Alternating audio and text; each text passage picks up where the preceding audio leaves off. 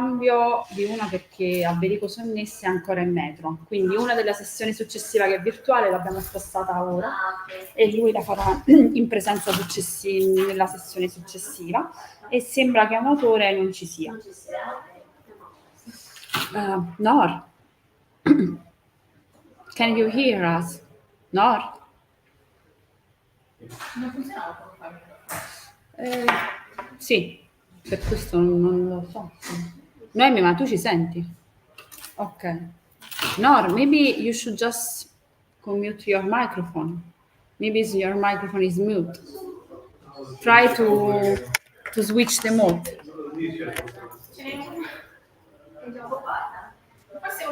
Can you hear me now, Professor? Qua. Sì, sì. Yes, Nor. Now, yes. Yeah. Please try to share your screen in presentation mode. Yeah.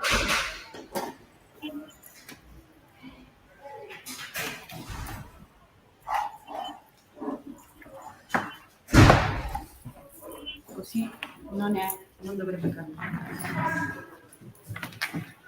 I think everything is all right. No, try to show your presentation. Yeah. What about now? In a presentation mode. Okay. Okay, now it's working. Okay.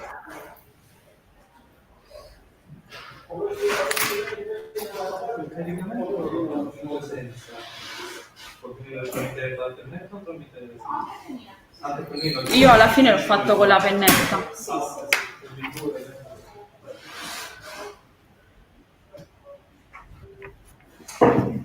Cominciamo? Sì, certo. Okay. So, good afternoon everyone and thank you for attending this interesting session regarding the use of geomatic approaches for the analysis actually of precision viticultures or the environmental issues in general. It should be composed by 5 presentations, but actually it seems that one is missed. And so it will be just for presentation. And the first one is monitoring long-term trends in Ionico vineyard using a Menkental test approach, sense slope estimators, and Sentinel-2 time series. And the author, and I am the author, the presenter. So, okay.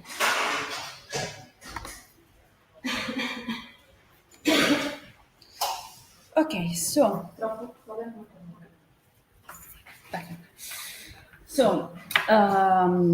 maybe I forgot to present myself. I'm Alessandra Capolupo, Associate Professor at the Politecnico di Bari.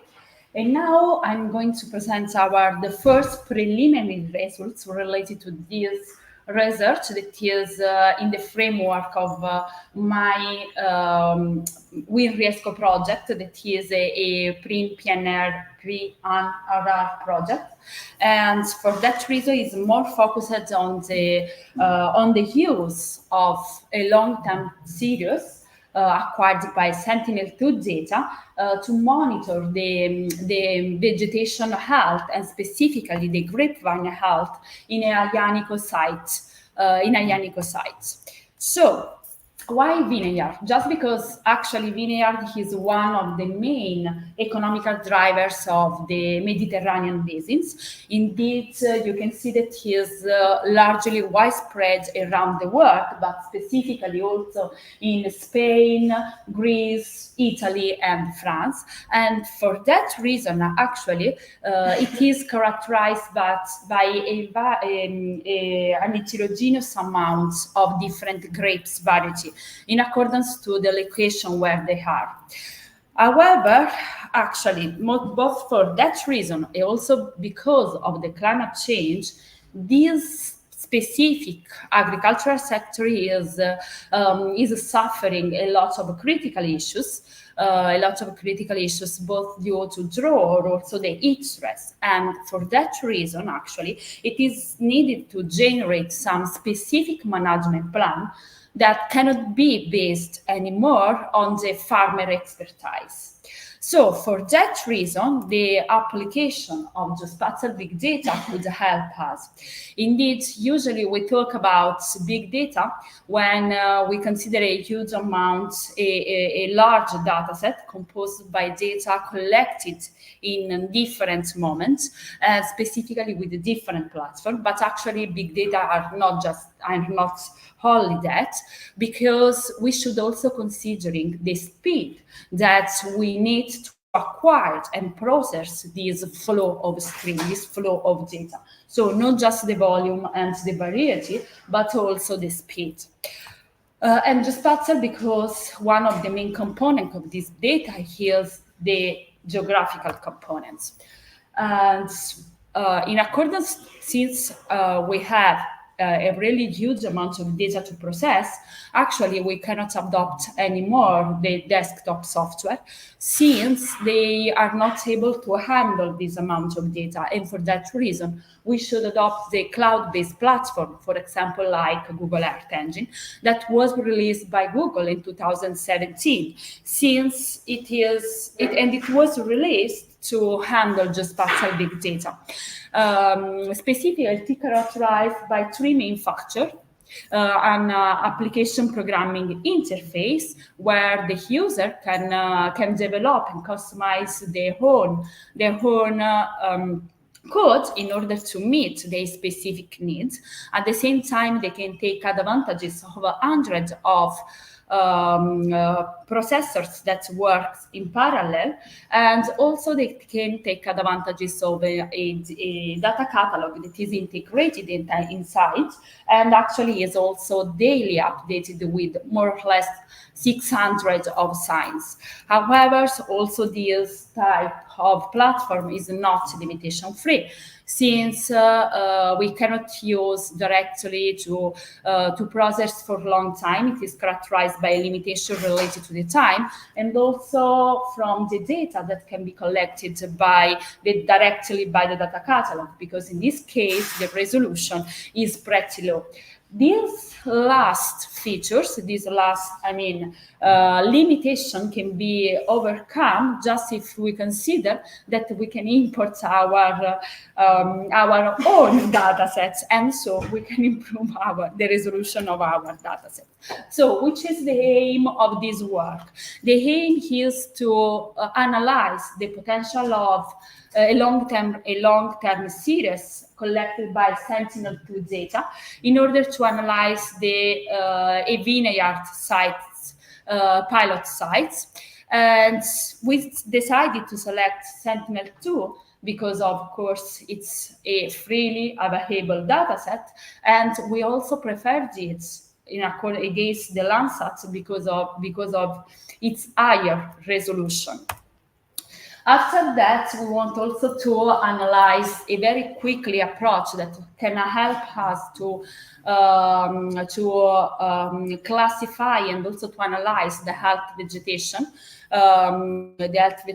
quickly. So we decided to apply the index-based approach, and after that, we applied a non-parametric statistical approach in order to see more in depth how the trends of these long-term series.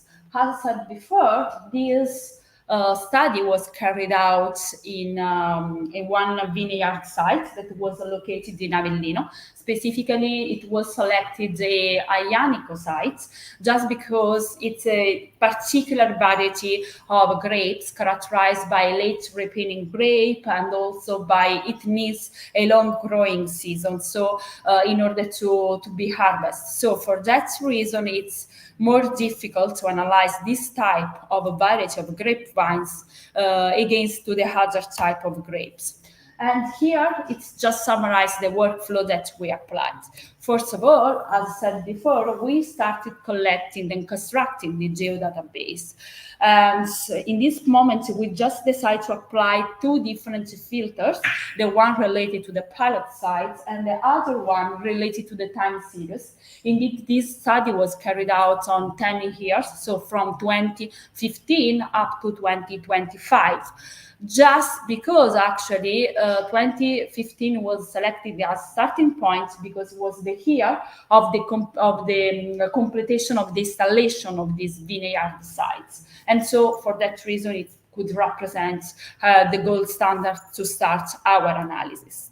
After that, we decided to pre-process our images. Since we did not apply any clouds filtering, when necessary, we applied cloud masking, and also we resampled the radiage bands just because we need it in the calculation of the different vegetation indices. And we know that the resolution of the radiage is 20 meters, the extent of the visible range is of 10 meters. And after that, so the index-based approach was carried out, and we decided to calculate 4 different indices. The most common one that are commonly applied to investigate the grapevines, and we combined both the VS index with the near-based index, the radiage-based index. Why that? Just in order to have a comprehensive overview of the vegetation health, because the index based on the visible bands are more related to the analysis of the canopy. Instead, that one based on the radiage are more able to investigate the differences at chlorophyll levels. So before actually analyzing the trends, we decided also to evaluate the performance and to compare the performance monthly and annually, just calculating the most advanced, the most basic actually statistical index like mean, median, minimum and maximum values, as well as the standard deviation and the Pearson coefficients. And finally, so we applied 2 different non-parametric statistical approach, the Mann-Kendall and the Sense-Lopp. Why we decided to apply the non-parametric approaches? Just because in this case, we don't need any a priori information related to the distribution of our data. And we decided to apply both because the first one, the Mann-Kendall approach, the Mann-Kendall test, give us just an information, a qualitative information related to the area where the differences are occurring. Instead, the Sense-Lopp test is more focused on quantifying them. So, as we can see, here you can see just a comparison of the 4 indices that were calculated. And as you can see, they show a robust and a coherent trends because all of them has more or less the same trends. And specifically, we can also see that the NDRI, that is the green line, and the GNDVI, that should be the green one, the black one. The green one has more or less the same trend that can be overlapping. Instead, the NDVI and the GNDVI, actually, yes, the blue and the black one are more or less really similar. But the difference is, you see, the GNDVI shows a lowest value just because it's not affected by the soil background interference. And since on the bottom of this slide, you can see the Pearson coefficients, and you can see that all these indices have a moderate or high actually correlation, except for the NDRE. And this is just related to the fact that the NDRE is the only index that is based on the application of the radiage bands. So here instead, you can see the representation of the Mann-Kendall-Tau correlation and of the zeta test that was conducted in order to see the significance of this output.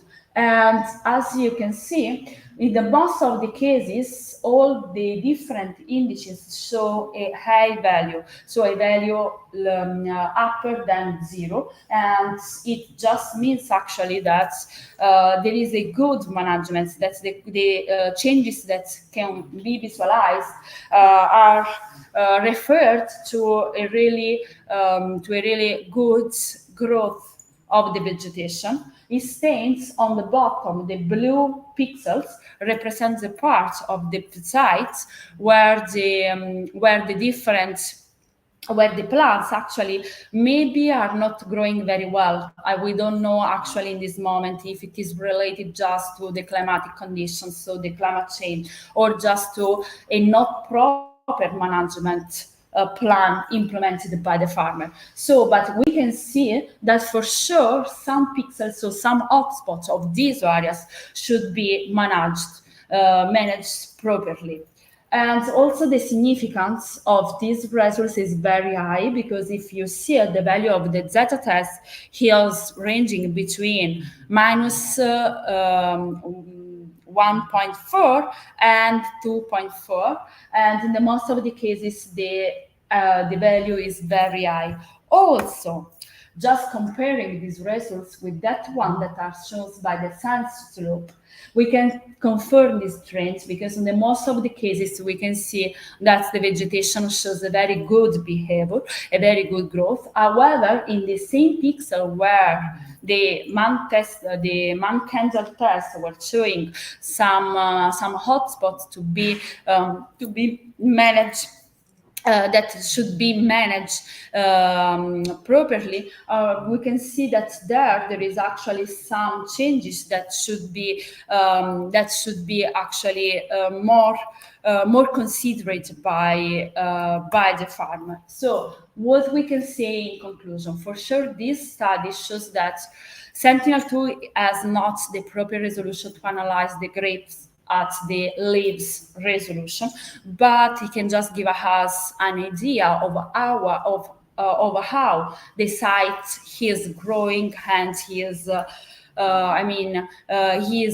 managed. But for sure, Sentinel-2 provides a good studies that can help us to monitor the trend of these sites on all the periods of the installation of the vineyards. And so it helps us to understand how the vineyards is growing. For sure, there are some limitations more related to the resolutions of the spatial resolution of the images, but also of the lack of information, field information, that didn't give us the possibility to analyze how this model is accurate, to analyze actually the performance of the vegetation. And thank you for your kind attention. I don't know if you have any question. Yes, Alessandra, can you see the picture of this? Okay, yes, but these results are in a single period or time? No. This is for the whole period. I don't understand. No, sorry, maybe I was not clear on this point. No, these two non-parametric statistics. So the procedure is equal both for the man-candle test and the sand slope test, are not referred to the single month or to the single year, but is the final output of the trend. So it keeps as input all the months, all the results of the month, and it just gives a trend. No, for 10 years. 14 years. So it's 1 month, one image for one month of each year per 10 years. Okay, and this is the final results. So it's the trends of 10 years. Okay, thank you. You're welcome. No, maybe I was not clear on this point. Sorry. Is winter included in the time series?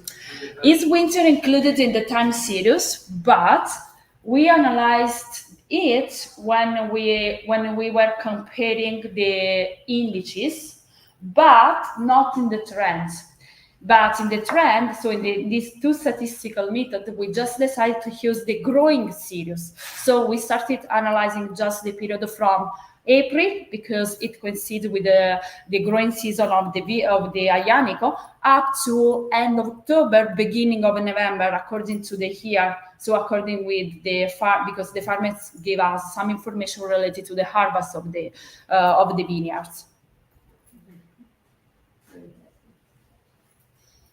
Okay, so thank you very much. If you don't have any other question, we can move on the second presentation.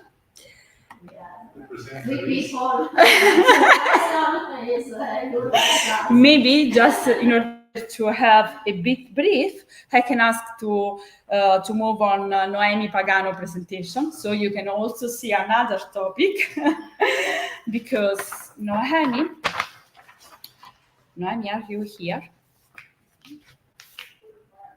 Noemi? Yeah, I'm here. I was just switching on the presentation. Yeah, don't worry. In the meantime, I'm just going to look at your presentation. Can you see my screen? Yes. So now I will give the stage to Noemi Pagano from Politecnico di Bari, that is going to show the results of her paper titled TLS Radiometric Analysis for Monitoring Plant Disease in Apulia's Olive Groves. So good, Noemi, go ahead. Okay, thank you. Good afternoon, everyone. My name is Noemi Pagano, and I'm a PhD student at Polytechnic University of Bari. And it's a real pleasure to be here today to share with you part of this research. Let me briefly walk you through the structure of the presentation. Today, agriculture is facing increasingly complex threats. On one side, there are biological factors such as invasive pathogens and dangerous plant disease, which are spreading more easily due to global trade and climate change. On the other one, there are human pressure such as land use change, pollution, and unsustainability farming practice. The Apulia region in southern Italy offers a concrete example of this multifactorial crisis. It's a territory of high agricultural value, historically dedicated to olive oil cultivation, and now severely affected by one of the most devastating pathogens in the Mediterranean area, which is the Xylella fastidiosa. Given the complexity of the current scenario, where climate change and phytosanitary crisis interact and reinforce each other, there is a need to explore how monitoring tools could be reliable, repeatable, and not invasive. In this context, what can geomatic offer in response to these global challenges? The goal was to understand whether intensity value, normally considered as a secondary parameter, could become a value indicator, helping us to distinguish between healthy and damaged vegetation in more objective and quantitative way. In order to limit the spread of Xylella fastidiosa, both local and regional authorities have implemented the strict containment measure, the most drastic of which is the removal and the felling of infected trees. Along this, there is an ongoing effort to monitoring high-risk zones, aiming to detect early symptoms and control further outbreaks. However, while containment is necessary, we must acknowledge that monitoring is the only way sustainable path forward. It's the only way to build a real-time understanding of how the disease evolves. In this context, reliable monitoring tools became essential. In the recent months, the spread of Xylella fastidiosa has continued to advance and affecting new areas of the Apulia region, including the detection of new outbreakers. Subspecies. As shown in the map, the progression between April and November 2024 is clearly visible. The infected area has expanded. For this reason, there is a public platform where all news about outbreaks classification, official measurement, and new detection are published, and the platform is Emergencia Xylella. The study area is located in Gorgognolo district, a rural zone near the town of Ostuni in the province of Brindisi. This area lies in the affected zone of the Salento Peninsula, and it has been under phytosanitary surveillance for several years. The specific parcel investigated covers about 8,250 square meters and includes olive trees at different stages of deterioration. This diversity in physiological condition made it ideal for testing our radiometric approach. So, the terrestrial laser scanner is a well-established tool in forestry and vegetation studies, especially when high-resolution structure data is required. In this studies, we used a Trimble TX8, a TLS based on time of flight, capable to collect up to 1 million points for a second, with a high resolution in spatial. Beyond the geometry, this instrument provides intensity values. For a technical standpoint, the TX8 has a bin diameter of 34 millimeter at 100 meters.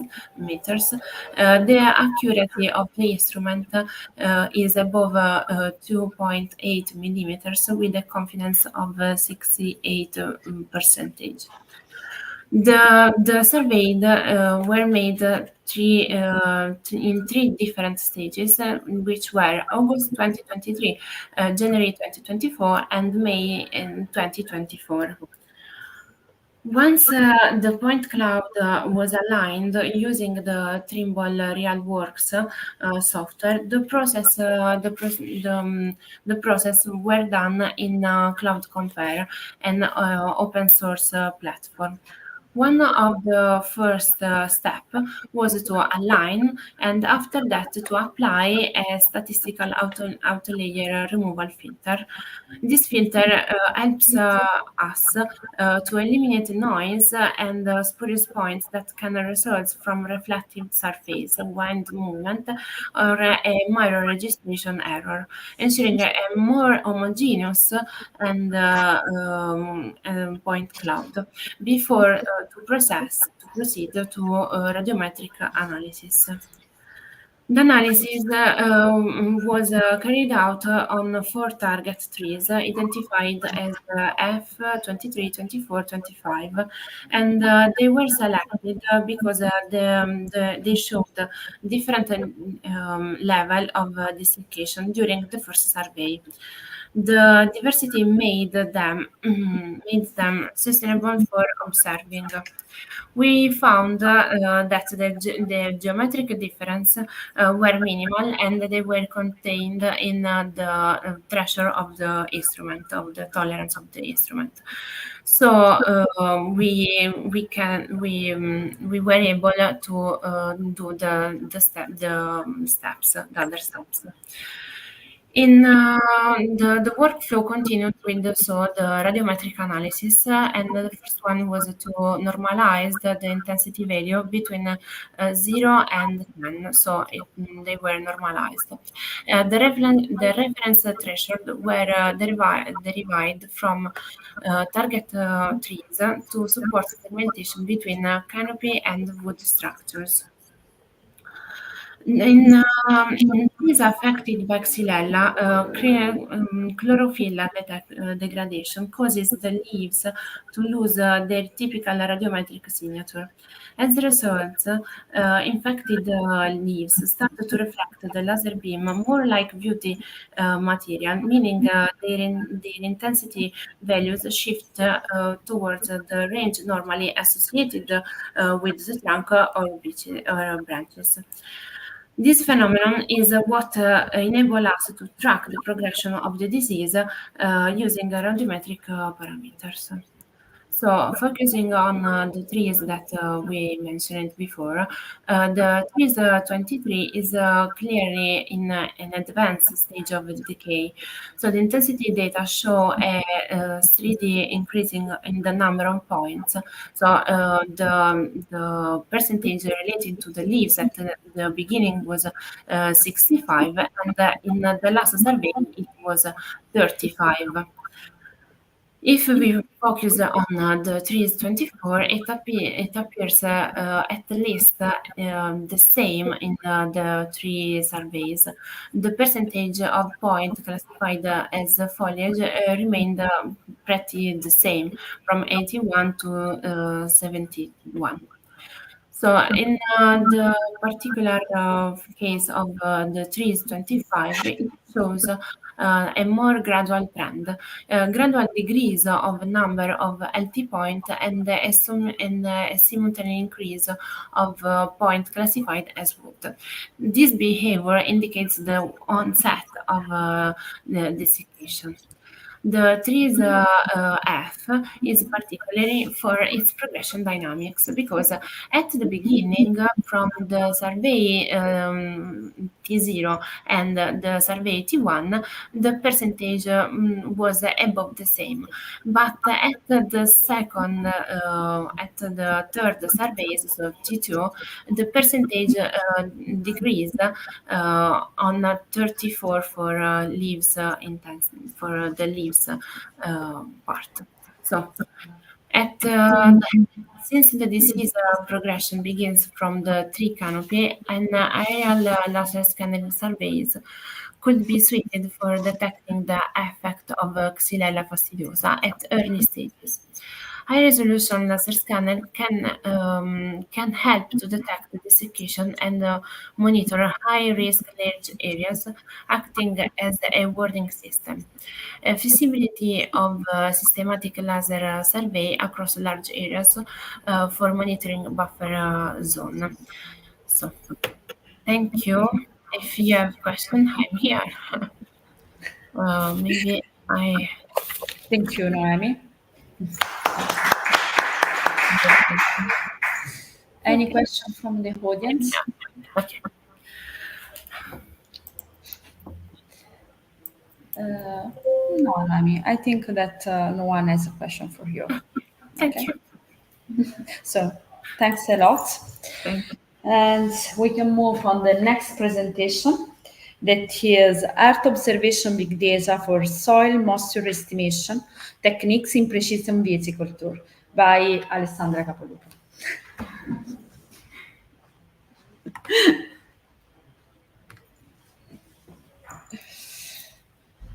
But I promise this is the last one.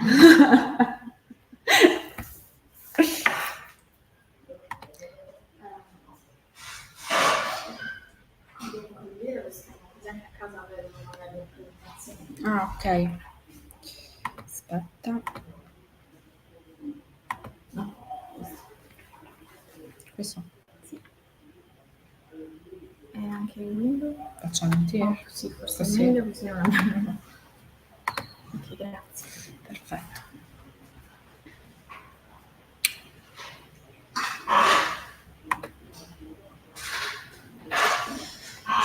Okay, so I again this topic is similar to the previous one. Actually, the topic is perfectly the same because we are always talking about precision viticulture and vineyard in general.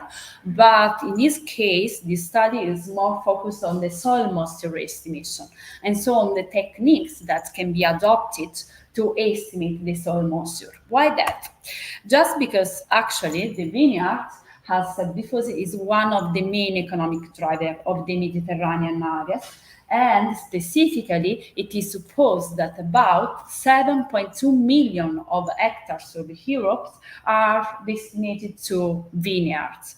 So for that reason, you can understand how vineyards is important in our economy.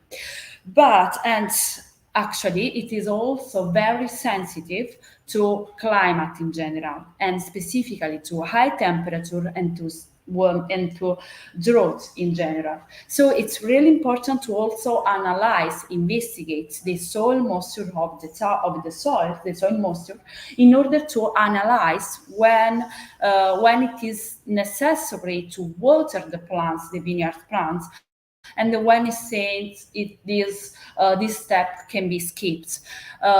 That is more or less because the vineyard plants is really sensitive to water, and an excessive amount of water can actually help stimulate the growth of the plant, but simultaneously it can also affect its acidity and so its yield. At the same time, if there is a stress of water, we don't have a good growth of the plant, but we should have a good content of sugar. So for that reason, analyze actually when to water these kinds of plants, and so to organize a proper management plan is really important. And as I said before, actually, in this case, a proper management plan cannot be just focused based on the farmer skills, on the farmer expertise, but actually it should integrate a huge amount of data that should be collected by various sources in order to develop a good decision-making process. So, for sure, the geomatic approaches and so the geomatic data in data is playing a crucial role in order to meet such goals, specifically in accordance to the object under the sites of the object under investigation. We can select the proper satellite, the proper platform that could be used to collect the data. But at the same, and for that reason, we know that we can use different kinds of platform, but also different kinds of approaches. So for that reason, this study is more focused on the definition of a comprehensive, a critical literature review based on Earth observation data in general, in order to define the most effective approaches to analyze the content of moisture in a vineyard field. And for that reason, we can also provide some important insights in order to help the farmer to develop the proper management plan. In order to have a clear and robust a critical literature review, the PRISM approach was adopted, that is composed by 5 main steps. The first one is related to the analysis of the paper that can be used as main input of this literature review. And we decided to analyze the 3 main database, scientific database that are usually used to store all the scientific papers. So Web of Science, Scopus, and Google Scholars. We also decided to restrict the period analysis between 2000 2020 25 in order to just to obtain, to have an idea of the most recent and advanced technological information. And here you can also see the keywords that were used and combined together with some Boolean operators in order to select the different approaches.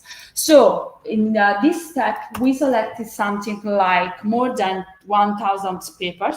And so in order just to identify the most useful to meet our research goal, we performed the screening approach, the screening phase, that was split in two different phases. The first one was just based on the analysis of the paper titles, or as well as of keywords and abstracts, in order to exclude all the papers that were not directly related to vineyards or soil moisture in vineyard content.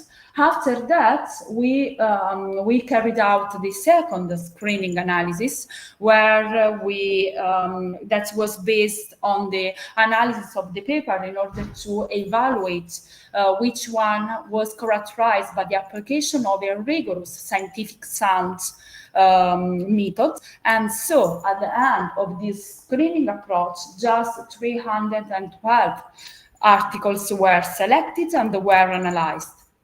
And at this point, so we started extracting all the information, both related to the data and the approaches, just considering that the Earth observation data were split in four main categories. One that are related to the optical remote sensing categories, or thermal infrared category, as well as passive and active microwave. Of course, for each of these categories, we can see that they can be, they have a lot of advantages, and so they can be used to have information in specific site and at specific resolution, specific scales. But at the same time, of course, they are not limitation free. For example, the optical remote sensing is characterized by the possibility to provide high resolution data, and with also a high temporal resolution data. But at the same time, these kinds of data are really affected by the climate conditions, by the presence of clouds, as well as the limitation possibility to penetrate inside the soils, and so they can just give an indication of the information of soil moisture on the top of the soils. Simultaneously, at the same time, the passive microwaves, for example, have the disadvantages to be characterized by a low resolution, usually about of kilometers, and that are really sensitive to the density of vegetation as well as to the ruggedness of the soils. And so, what are the main categories the main approaches that are usually adopted? For sure, one of the most applied is characterized by the optical remote sensing, even if when we just consider the application of indices, we can see that they are not appeared very often in literature. So the indices usually are very largely adopted to classify the soils, and so to extract land use and land cover maps, but not to have information related to the soil moisture, just because the accuracy of the soil moisture information is very poor. It's just usually we have a moderate accuracy. And also in this case, we can see that we cannot use just the vis information, but we should just more focus on the application of the near infrared and of this SWOT band.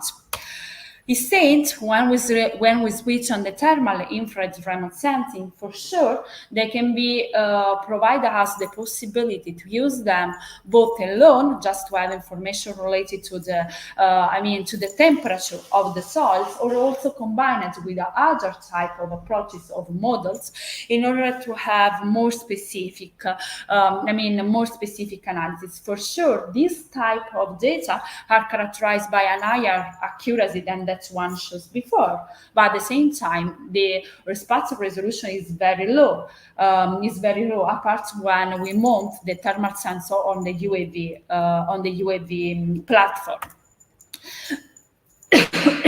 What is then related to the microwave or remote sensing? For sure, this was at the beginning the most adopted one, the method that was most adopted, just because it gives the possibility to penetrate inside the soils and so to have information more in depth. However, the resolution of this information is very, very poor. And also when we consider the new generation satellite mission like Sentinel-1 or ALOS-4, we can see that the resolution is always of kilometers. And for that reason, they can just give a comprehensive idea of the pilot sites, but they are not able to, they not give us the possibility to investigate this almost rat leaves content. So recently, for that reason, we are thinking to not analyze anymore each single method, but to integrate the information that are provided by them. And in order to go beyond the limitation that are provided by each method, and specifically, for example, among the different approaches that can be collected in literature, one of the most used one is the application, the combination of both Sentinel-1 and Sentinel-2 data with the terrain data, because in this case we are really able to enhance the spatial resolution, and so usually the method is really cost effective in comparison than the other ones that can be adopted. Or otherwise, we can also integrate the information provided by different geometric approaches with some base model, like for example the SVAT model, and that is more focused, not more focused on the analysis of the evapotranspiration than the soil moisture. So, what we can conclude from this literature review? For sure, the geometric approaches are really a really important source of information, because they go beyond the limitation of the traditional methods that usually are time-consuming and are also cost-consuming, and in the most of the cases also destructive. But at the same time, we should also start continuously working on it in order to develop a new method that can go beyond all the limitations related to the acquisition condition and also the limitation related to the spatial and temporal resolution. So thank you for your kind attention. Do you have any question? Okay. Thank you very much. And we can move on the last presentation of this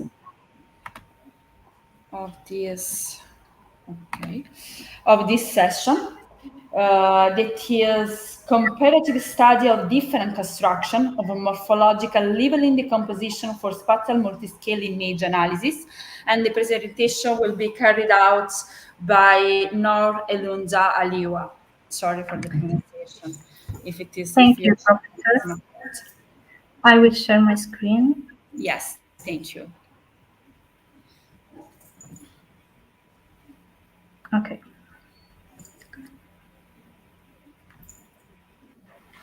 So, good afternoon, everyone. It's an honor to be here today.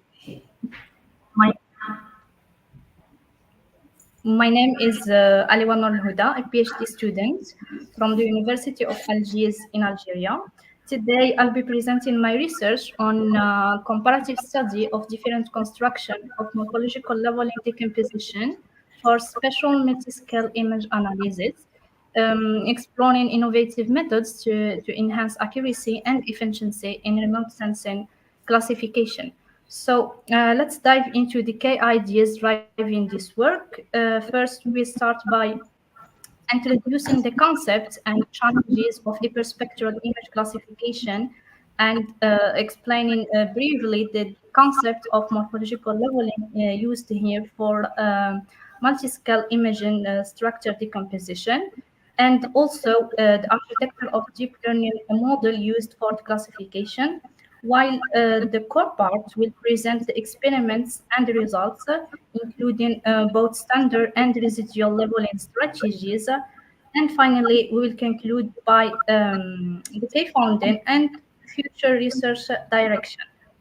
So, a perspective remote sensing employed sensor to capture images of a target area across numerous and continuous spectral band simultaneously, and compared to multispectral images, a perspectral imaging provides a richer spectral information, enhancing its ability to accurately identify ground features, and particularly for land cover classification. However, relying only on spectral data present numerous challenges in image classification. So to improve this process, it's recommended to incorporate supplementary data in addition to the hyperspectral bands, like, for instance, special features. So mathematical morphology is a powerful tool for generating complementary special information about image structure, and several techniques for obtaining such special information exist, particularly morphological multi-scale decomposition, which provide an hierarchical image representation by extraction structure at multiple scales. So, before diving into the methodology adopted for this work, as I said before, a brief explanation of the concept of morphological leveling is provided. Okay, morphological leveling is a powerful tool for multi-scale image decomposition where those leveling are obtained by iterating the minimum and the maximum operation of the original grayscale image into conversions. It's good to note that the construction of morphological leveling is guided by the choice of marker and reference function. For instance, there is two approaches for reference function, a fixed one as a set of the original grayscale, and the progressive approach, which is a set as a leveling output of the previous level.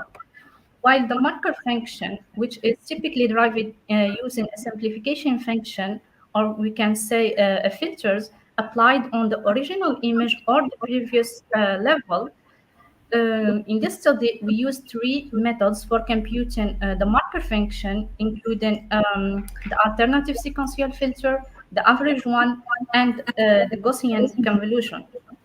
So the different morphological leveling constructed are explored in this work, and the resulting multi-scale decomposition obtained using various marker and reference function are computed using the four strategies.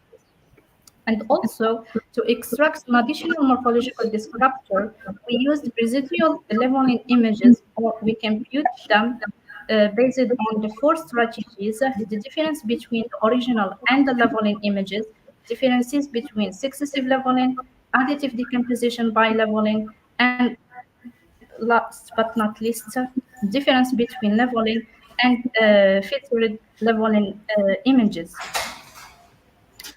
So, for the deep learning model used in this study, CNN have recently been demonstrated to significantly enhance the accuracy of land cover classification, particularly for hyperspectral images, to simultaneously handle both spatial and spectral information through adjacent layer.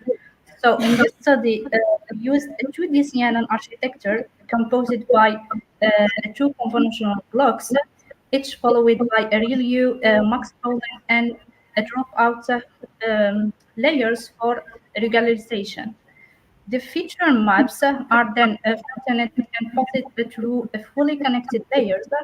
Then the final softmax layer performs the classification. This architecture or this structure allows us to effectively learn about both spatial and spectral features from the input patches. So study was conducted on the Pavia scene captured in Pavia, Italy, using the Roxy sensor. The data set is accompanied by a ground truth map that includes 9 distinct classes of interest as shown in the table. Okay, for the methodology of this work, 2 experiments were conducted to evaluate and compare different construction of morphological leveling for enhancing HSI classification.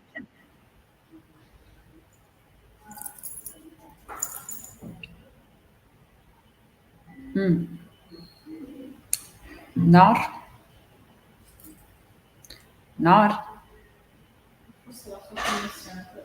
Sì, no, penso Physical components on leveling performed on each of those species. Wait a We second, used because we are not hearing you. Okay, try again now from this slide. the methodology. Are you hearing me? Yes, okay. Now we hear you. Okay. Go ahead. Okay. The methodology adopted in this work, we applied 2 experiments.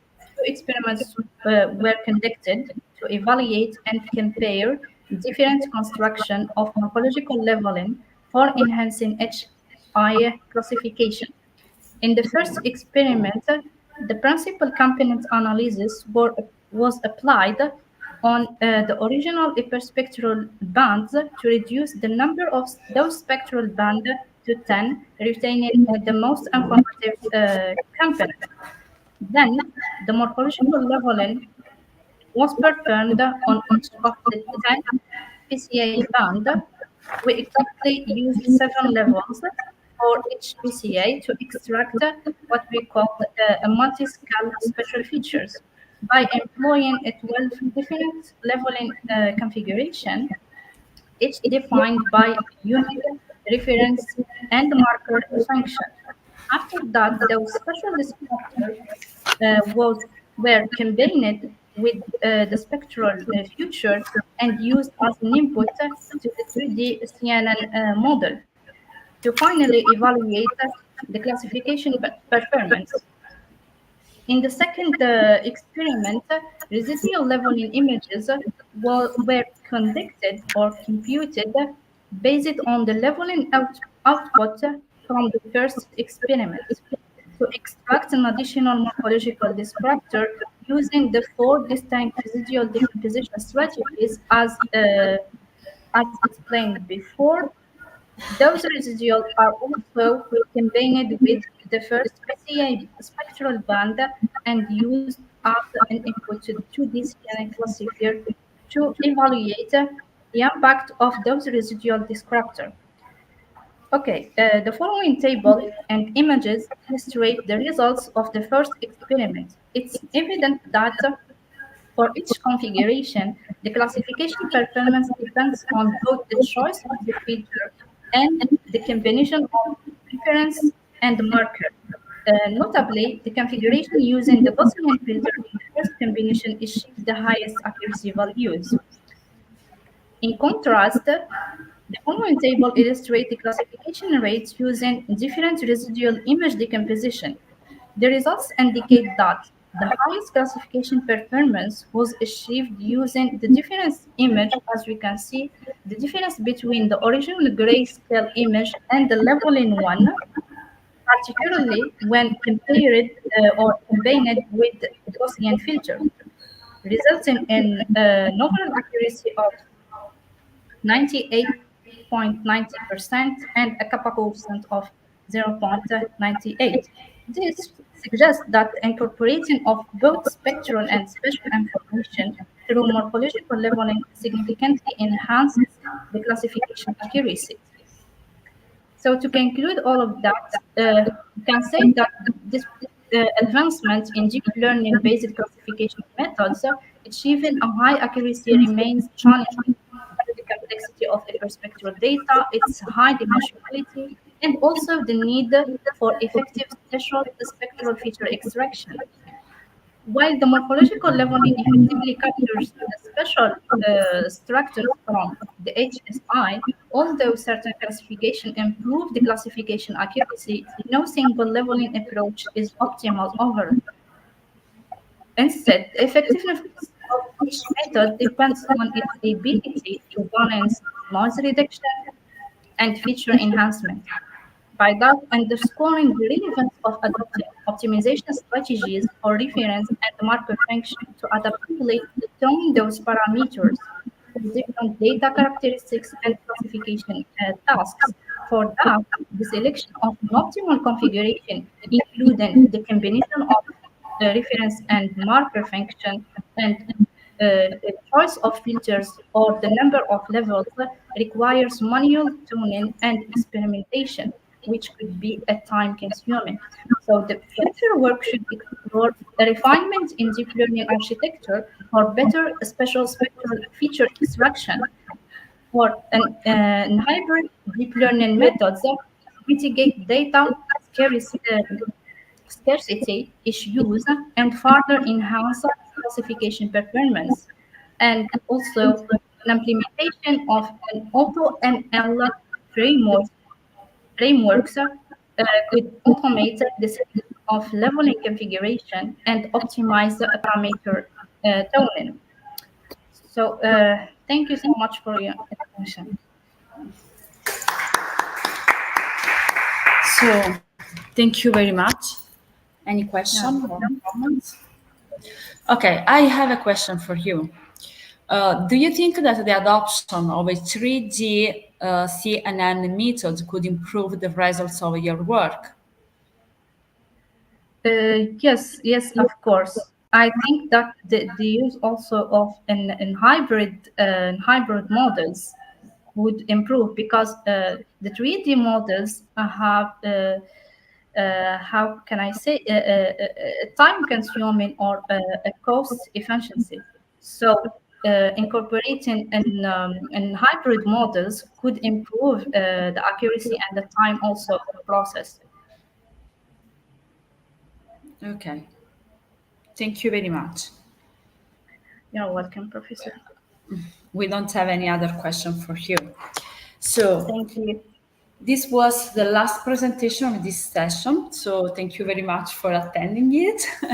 And also, I want to thank you all the organizer of ICSA to give us this possibility, and I invite you to follow the next geomatic session that will be at 4 p.m. Goodbye. Bye and thank you. Thank you.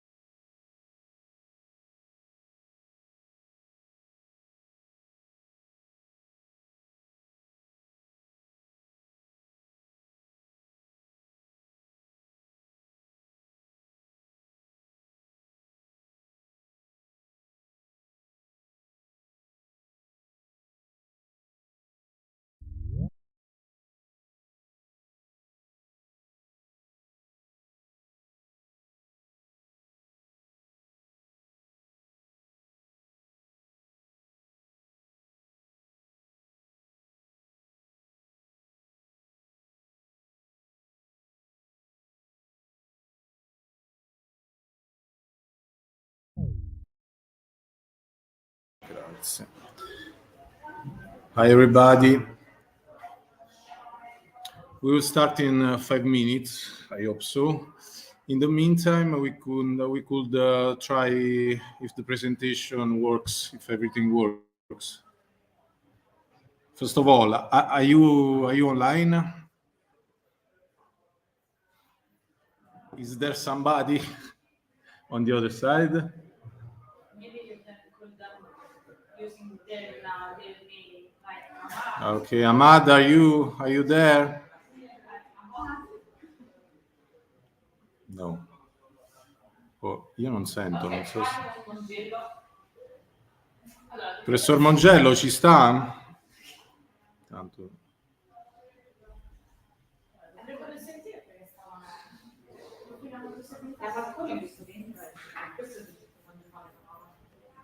Hi Ahmad, are you there? Il microfono è acceso. Sì, ma sta funzionando anche switchare, forse non si sono resi conto che c'è il microfono. Ok, può essere sì. Your microphone is turned off, so if you are there, you should switch it on.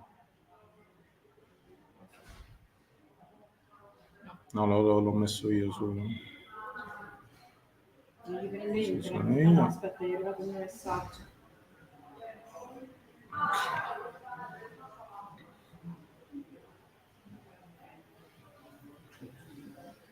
Solo che dobbiamo scrivere in chat. Ah, aspetta.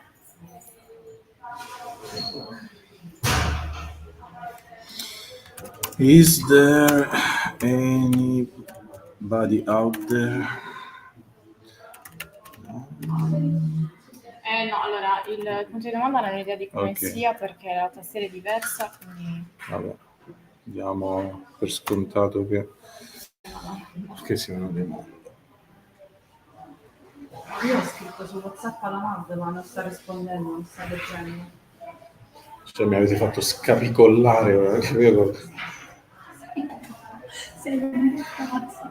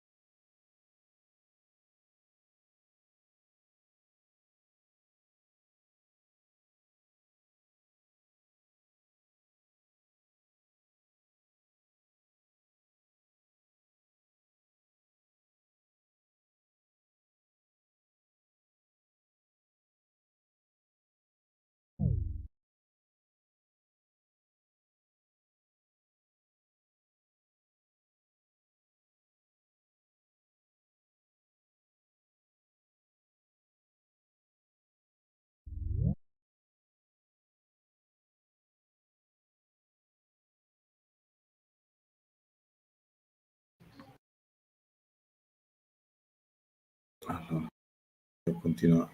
Professor Mongello, are you online? Are you listening to us?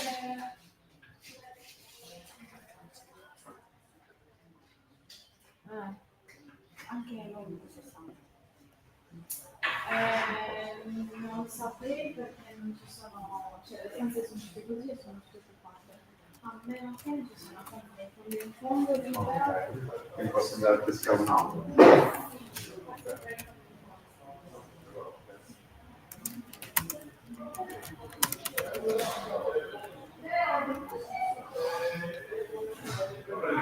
Mongello non risponde. Professor Mongello non risponde. No, ci vediamo, non sei. Ma tu vedi la balcone? Io non la vedo. No. Ci vediamo. Ci vediamo.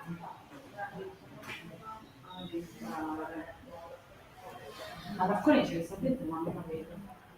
Quindi ti ho detto devi provare ad entrare.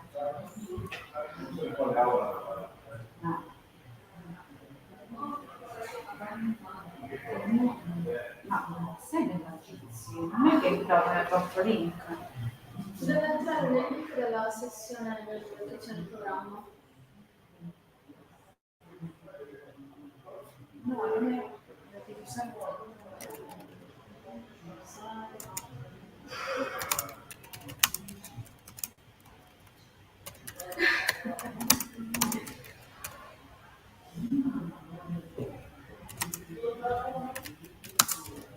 Però penso che sia un problema di connessione.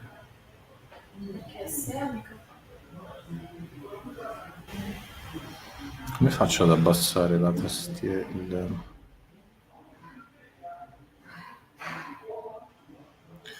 Professor Mongello, can you hear me?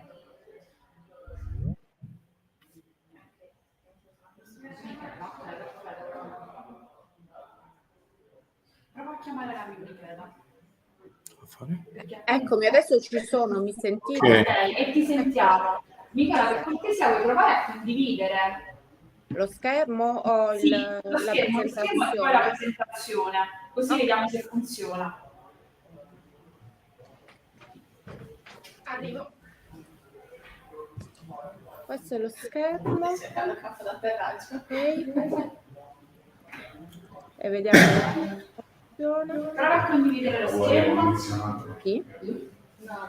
Così vediamo.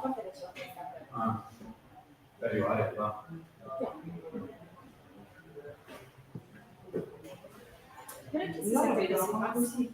Praticamente sotto dovrebbero esserci una serie di pulsanti e il terzo pulsante. Fammi vedere col mouse. Sì, è Ok, stai condividendo, perfetto, stai condividendo. perfetto. Io? Stai parlando con me? Sì, Sì. sì, tutto a Ok. posto. Vediamo Okay. tutto. Ahmad, can you share your presentation, please? Yes, please give me a minute. Thank you.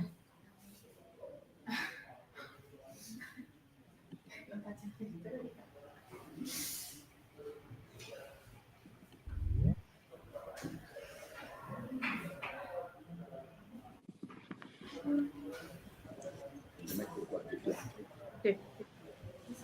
Vuoi un ventaglio? Michaela sta condividendo. Ok, vediamo Ahmad.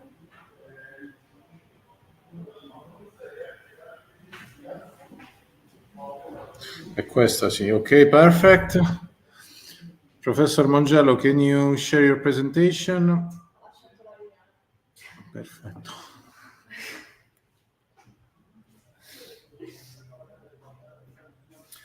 Okay, just 2 minutes to try to solve some issue and then we start. Iniziamo e poi... ma lui è il primo. Sì, lo fa lui. Ok, va.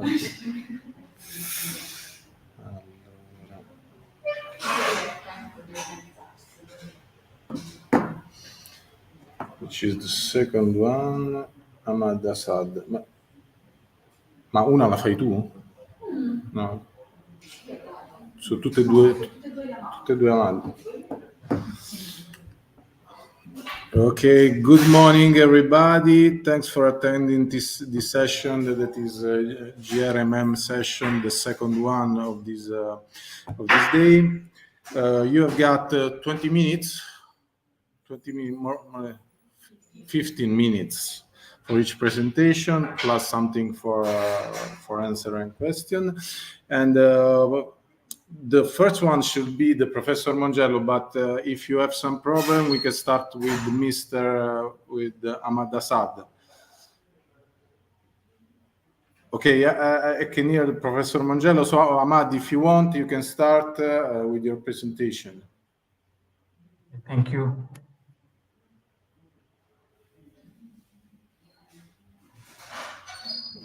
Can you see my screen? Yes. Okay. Good afternoon, everyone. I'm Ahmed Assad from University of Bari Al Dumuro, and today I will present our research on the development of an interactive web app, which is called Soileye. It is used for the monitoring of soil sealing.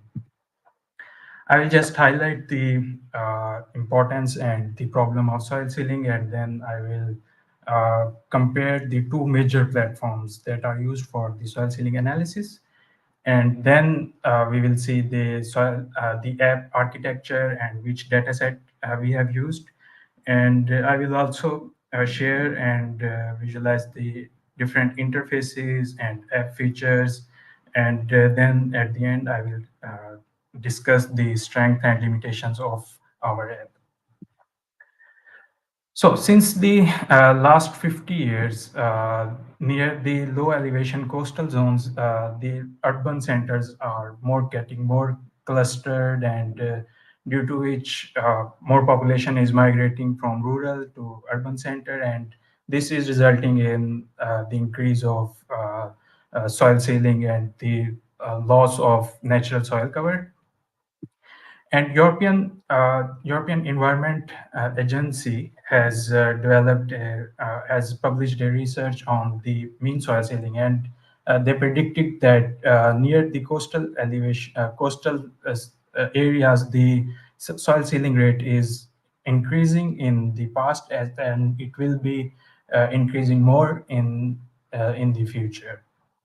And now the question is, how can we monitor and detect soil sealing? And we can use the advanced tools like satellite remote sensing, which will help us to analyze and detect soil sealing patterns. And it gives us more comprehensive results on how to analyze the sealed surfaces. So there are several soil sealing platforms, but I will highlight the two platforms. The first one is the Copernicus Land Monitoring Service, which provides a huge amount of data sets on different aspects, but it covers the Europe-wide data set, and it shows the results of impervious density. And the second one is Urban Watch, which has a very high resolution of 1 meter and 10 meter, and it is developed in Google Earth Engine, which provides the not only soil sealing data, but also land use land cover of 23 major cities in the whole world. So now if we compare these two platforms, then we can see that Copernicus CLMS is its coverage is global, and it has static data layers with coarse medium to coarse resolution, and there is a very limited dynamic interaction and no availability of local analysis, as the user has to scroll through to see their desired study area. And there are some tools through which a user can download some of the dataset, but it is very limited, and there is no availability of time series or animation of the data. And if we look at the Urban Watch, of course, it covers major cities, and it has very high resolution dataset, but the dynamic interaction is also limited, as we cannot see the different classes or selected separately. And yes, there is local analysis, and of course, it's major cities, so user can see the results of those major cities. And there is no export tools available, as user cannot download the results, but only just visualize it. And yes, there is a presence of time series which will help us to analyze the results.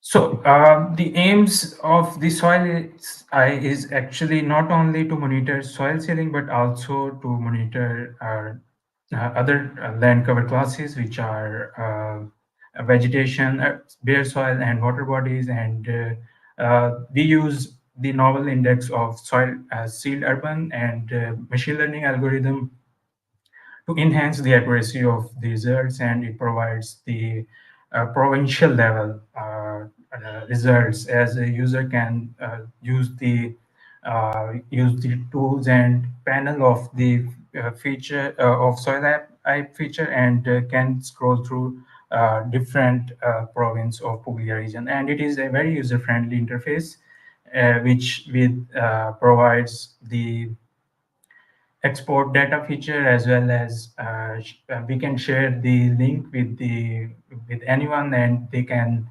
visualize and reuse the results of our research. So the study area for our soil eye app, we selected Puglia region, specifically Bari, as we trained our machine learning algorithm on surrounding Bari province.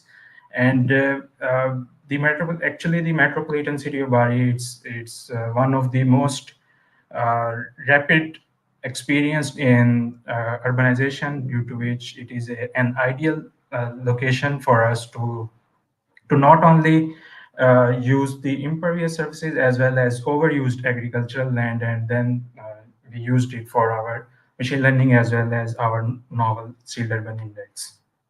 And it spans over 116 kilometers square near the coastal and inland zones and exhibiting different land use dynamics. So now I will explain the architecture of our soil eye app. And first we developed core script in Google Earth Engine using JavaScript language, and we imported the dataset and pre-processed it, and then we developed and calculated sealed urban index and implemented machine learning algorithm and validate the data and visualize our results. We used Sentinel-2 multispectral imagery, which is the program under the European Union's flagship of the European Space Agency. And it actually, Sentinel-2 has two satellite programs. One is 2A and the other is 2B. 2A was launched in 2015, followed by the Sentinel-2B in 2017. And Sentinel-2 actually combining both satellite, it provides the global coverage after every 5 days. And we used the Sentinel-2A images from 2018 to 2024, covering 4 months, February, May, July, and October. And we used the cloud cover of the images and tried to less than 5%, but there was an exception, which was in May 2019. It has the cloud cover of 18%. So which methods we detect for our soil eye app? We used two methods, sealed urban index and the machine learning algorithm of classification and regression tree model. For the sealed urban index, it is a spectral index for the detecting impervious and sealed surfaces. It enhances contrast between built-up and overused agricultural land. And it also reduces the confusion with soil or vegetation. And to enhance our sealed urban index, we then implemented machine learning algorithm by using supervised machine learning approach. Actually, we split our training and testing dataset. For training dataset, we used 70% of our data, and for testing dataset, we used 30%. So the ratio is 70 to 30. And now I will describe the interface of our soil eye app, and we've wireframed the app by defining the layouts and the by replacing the key interface elements. We iterate this process to make an ideal interface so it is user friendly, and we also placed navigation panel and control panel, which help the user to scroll through different features. And this is the Google Earth Engine workflow of the soil eye app. So firstly, we started with the inputting the data in Google Earth Engine, and we pre-processed it. And then we processed the data by implementing machine learning algorithm and sealed urban index, and we got the output of our soil eye app. If we look at our interface, it has some of the features. So for instance, if a user select a study area, the map will be automatically centered to the desired study area, and it has control panel with slider and drop down menus, and it is ideally designed for both desktop and smartphone screens. How we integrate the soil eye app logic, it is actually we debug the code and executed the script for the interactive feature layers and to ideally place layer and panel control on the screen, which is integrated for both desktop and smartphone screens, and it provides us the real-time data visualizations. So this is the complete interface of our Soil Eye app, and I will explain it in the coming slides of each feature and the panel. And it comes with the different functionalities, as it has real-time data visualization, it has layer and class control. Separately, user can select classes, years, and provinces. And it also has export features. For instance, if a user wants to see the accuracy, they can click on it and export the accuracy metrics of overall accuracy and kappa coefficient. So these are the Soil Eye app panels. On the left screen, on the top left of the screen, there is zoom in and zoom out button, and then we have the uh, animation. So this is the animation of the results that are produced, and it gives the visualization to the user of 2018 to 2024. So user can see the differentiation of the results from 2018 to 2024. And then we have the dynamic legend. So what dynamic legend does, it actually changes whenever user will click on the classes. So for instance, if user clicked seal surfaces, it will dynamic legend will change to seal surface, and if a user will select vegetation, and the dynamic legend will also change to vegetation, and so on. And then on the right side, there we have the slider of the years. User can just scroll through the slider to see the and visualize the results. And by selecting the provinces of Puglia, user can select 6 provinces. So whenever it is clicked, like so for instance, if a Bari is selected, the map will be automatically centered to Bari, and the user doesn't have to scroll through towards the centered area. And if the user will select Lecce, so the app will automatically center to the to Lecce study area. And then on the bottom of the panel, we have export features of shapefile, PNG, and also accuracy metrics and overall accuracy or kappa coefficient. If we look at the Soil Eye app, we can say that it is not CAN, but it is the comprehensive app which analyzes the multi-year analysis of soil surfaces, and it gives a visualization towards urban expansion, and the researcher can also detect hotspot, which will help to develop better solution for the upcoming urban planning, and it also track across times. So for instance, if a user can select 2018 2024, it will give spatial patterns, which how changes are occurring and where changes are occurring. And these temporal trends can provide a great value of information for the planning and management of urban cities. So if we look at the existing platforms and compared to the our Soil Eye app, as we saw that the static outputs of CLMS has low update frequency. So for instance, the dataset of the impervious density has dataset of 2012, 2015, 2018. There is no continuous results that a researcher can use, and there is a limited interactivity. For instance, a user cannot, there is no automatic center to the desired study area, as the user has to scroll through towards their desired study area. And yes, Urban Watch gives us very high resolution, as they created using 1 meter and 10 meter resolution dataset, but the Copernicus Land Monitoring Service has coarse resolution, and there is a minimal export features, as we cannot download all the features from those existing platforms.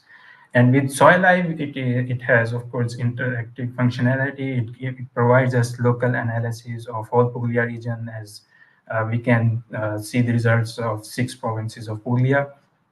And it provides us multi-temporal maps with the export capabilities of different features or the file formats. Now I will highlight different strengths and limitation of Soilai. And as it has unique features, we developed this app using Google Earth Engine, which has very fast processing cloud. Which it is a very powerful cloud computing platform which generates the result within few seconds, depending on the data set we used. And it provides us provincial, as I mentioned. It is automatically centered to area, and it is fully interactive, and it is very user friendly because of the zoom buttons, easy to navigate throughout the study area. And we we uh, we designed it for not only just desktop but also for the smartphone, so a user can access it from wherever they want and visualize the results. Yes, of course, there's some limitations of Soilai, as the results that were produced, it has the limitation of cloud cover. So, for instance, if the images have more cloud cover percentage, like more than 20%, so it might not give the ideal results despite applying the cloud filtering code. And it is limited to Google Earth Engine, and it is a prototype. So we can improve these limitations by integrating it with the existing platforms like Node.js, and we can also improve with different export features by integrating the existing platforms. And we can also add statistical charts and enhance the visualization, which will help the users to see and to analyze our results comprehensively and in more detail. Uh, as Soil app it fills critical gaps, but of course it is a prototype, and it still has a lot of room to improve the different features. But it is an ideal platform for the provincial level, and we can use it to monitor different seal surfaces, as it enables multi-scale analysis for researchers as well as policymakers. And this actually, the Soilai app has a link which can be accessible by anyone, and they can use it, and it can be used for the reproducible science. For instance, we can add more machine learning algorithm in the backend coding, and then we can improve the results and enhance the accuracy of our app. And it is ideal for the groundwork base to predict future land management tools. And by implementing more machine learning algorithm or predictive algorithm, we can use this app to predict better solution for urban cities.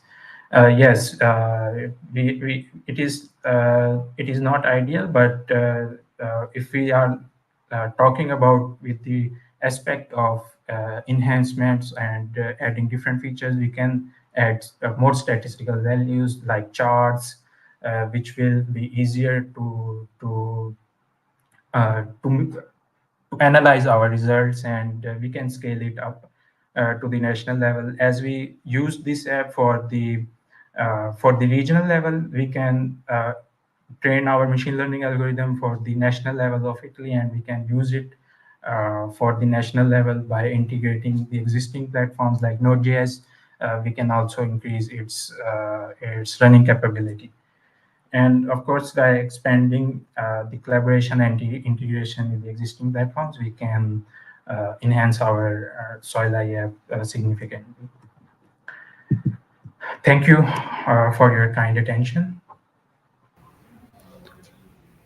Thank you, Assad. Thank you very much for your presentation. Some question for the audience or online? No question. Just a curiosity, Assad, but the app is available in beta version or not yet? Yes, the app. So app is actually available through Google App link. So we can share the link with whoever wants to see or wants to use it, and with using that link, the app is available. Okay, so in case we can give you our feedback. Okay, thank you very much.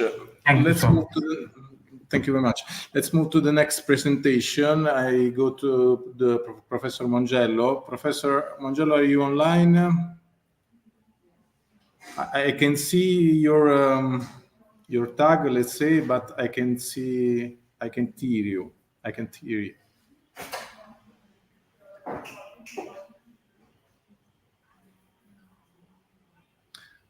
Can you open the microphone, please? Posso farlo io? Sì. No, è chiuso. È aperto, sì. Ok, ma...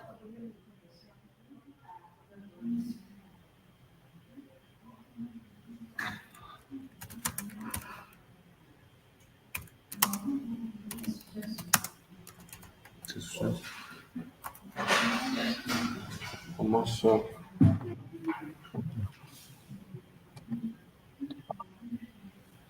Ok.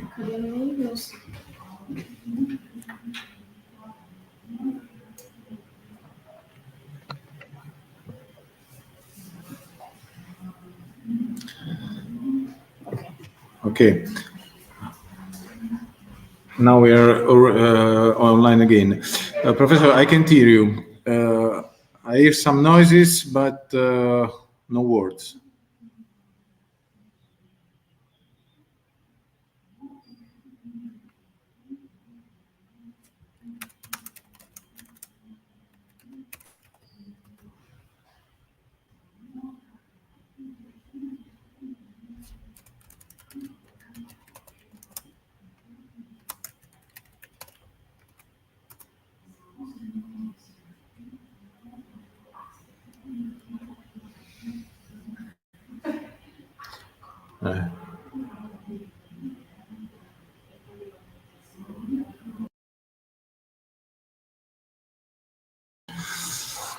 Professore, può provare a connettersi col telefono, condividere la presentazione dal PC e connettersi col telefono per l'audio?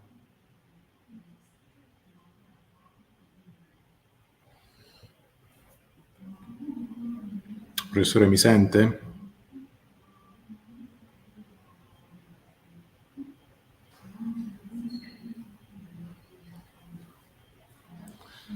Adesso non è tutto funzionante. Okay, we have still some problem with the Professor Mongello. So, Assad, if you agree, we can move. You can present your next presentation. Yes, sure. Thank you so much. I will start presenting. Okay.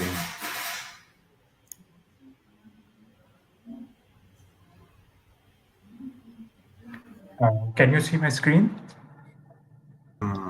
Yes. Okay.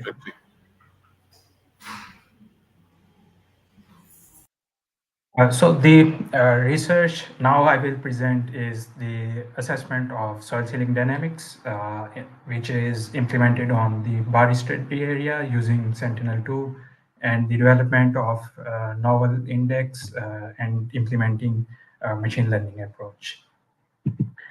I will highlight the problem and definition of soil sealing, and then discuss the study objectives and methodology. And I will also highlight the Sentinel-2 satellite dataset that we use for our the development of our sealed urban index, and what is CART algorithm, which is classification and regression tree model machine learning algorithm. And I will show the assessment results from the both methods, and how the results are distributed spatially and temporally, and then we will see the classes comparisons and discuss the findings of our research. So, what is soil sealing? Actually, it refers to the irreversible covering of natural soil with impermeable materials, which can lead a negative impact to ecosystem as it contributes towards ecosystem degradation, reduced water quality, and decreased infiltration capacity.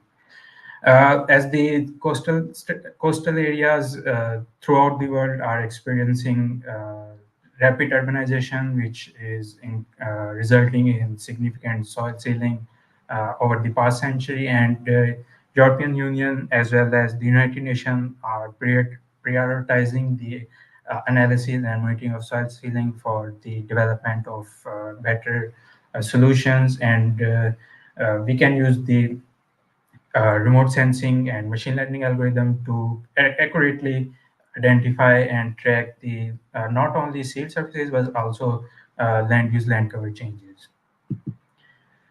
So as soil sealing is one of the key problem which is associated with soil sustainable development goal, and it lies in SDG 13.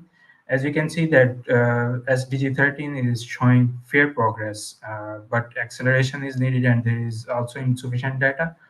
This progress chart is extracted from the United Nations Development Report of 2023. And of course, the urbanization with the increase in soil sealing and urbanization, it is directly impacting on the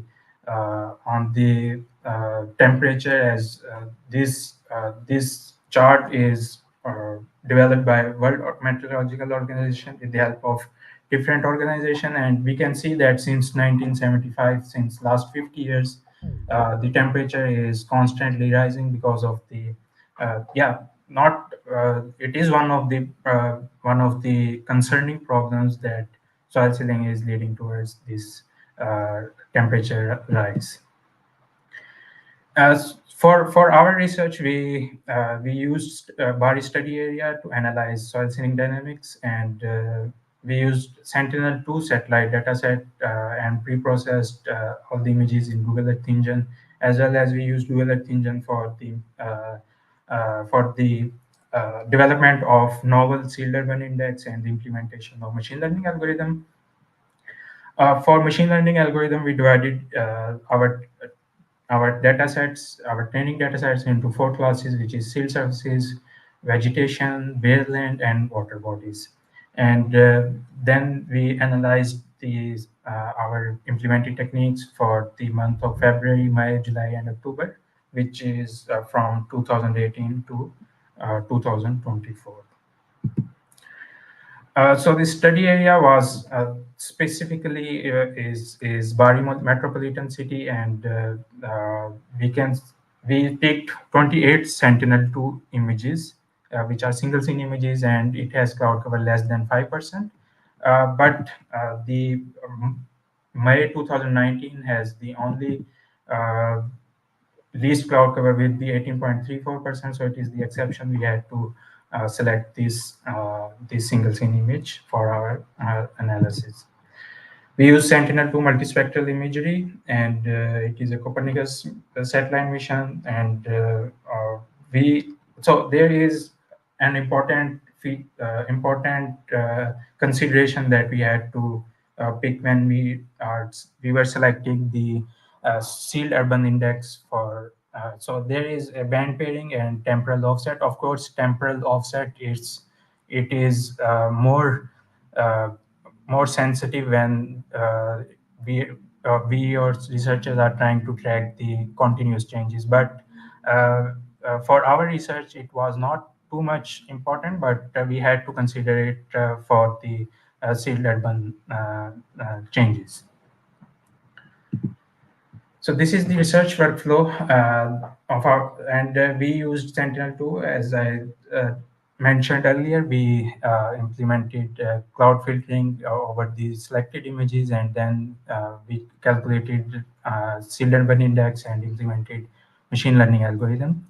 So for our training dataset, we used ISPRA map which act as reference for our training data set, and we implemented thresholding techniques, which are between class variance and mean and standard deviation threshold. Actually, the reason for implementing these thresholding techniques is to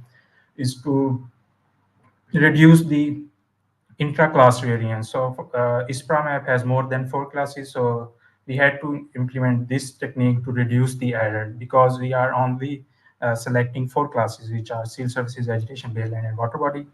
And we separated the testing and training data points to check the accuracy of machine learning algorithm.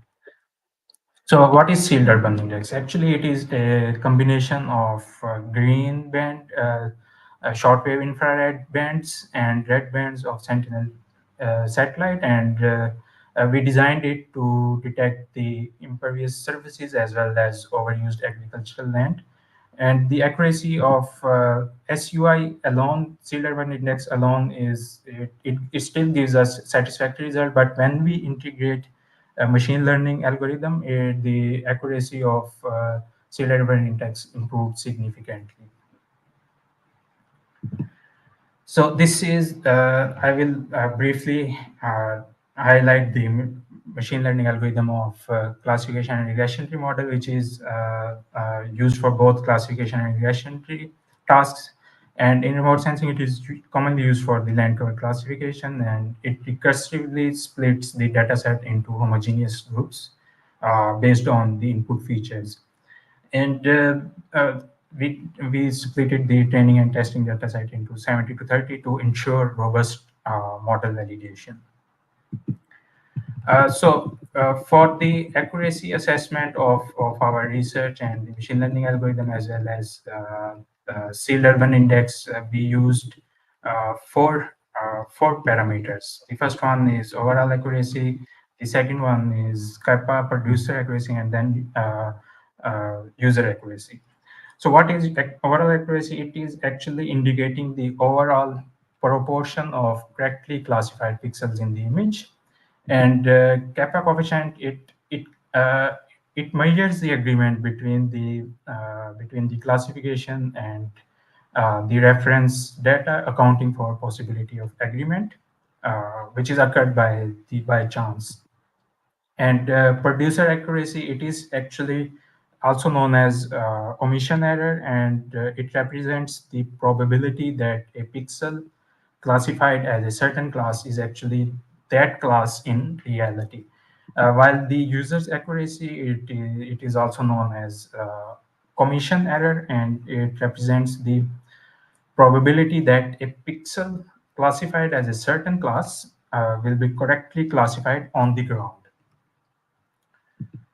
So this is a spatial and temporal distribution of our novel index, which is from 2018 to 2024, and the month of February, May, July, and October.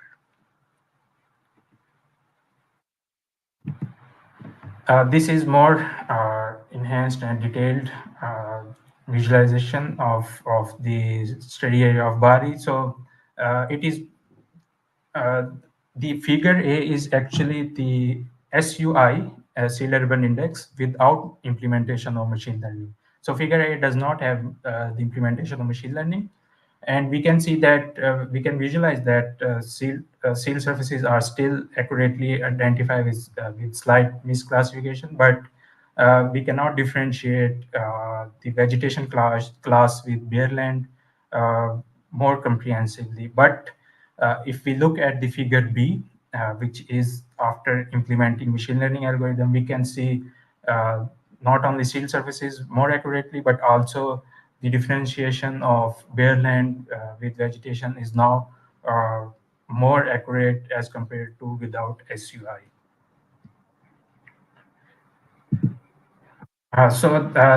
Now I will highlight the overall accuracy and kappa coefficient of both with and without machine learning. So on the right side, we have accuracy results without machine learning, which is sealed urban index. As we can see that overall accuracy of all the images is showing equal to 90 or more than 90, with some exception of less than 90. But if uh, if we see the image of May 2019, we can see that the accuracy is 86% only. This is because this image has cloud cover percentage of 18.39%, which affected the accuracy significantly comparing to other images. Now, if we look at the machine learning results, we can see that overall accuracy has significantly increased by 1 or 2%. If we look at the image of May, the accuracy is now 88% as compared to 86% without machine learning, and all the results are now giving us equal to or more than 90% accuracy, as well as the kappa coefficient in with machine learning is also giving all excellent results with, as it has more than values more than 0.81, except of course except the image of May, which is 0.80. This is the class comparison of all four classes, as it is the average of all the 28 images, and on the top we have producer accuracy, and on the bottom user accuracy. We can see that the field surfaces for both producer and user accuracy is more than 92%. For vegetation, we have 92%, more than 92% for producer, and for user we have 95%. But the main problem for this our methods was the bare land, as bare land was misclassifying the pixels with vegetation or cell surfaces, due to which accuracy has decreased less than 90%, as we can see that it is 86 and 84%. And for water bodies, the study area has not significant water bodies, due to which it is giving us a very high accuracy of 97 and 96%.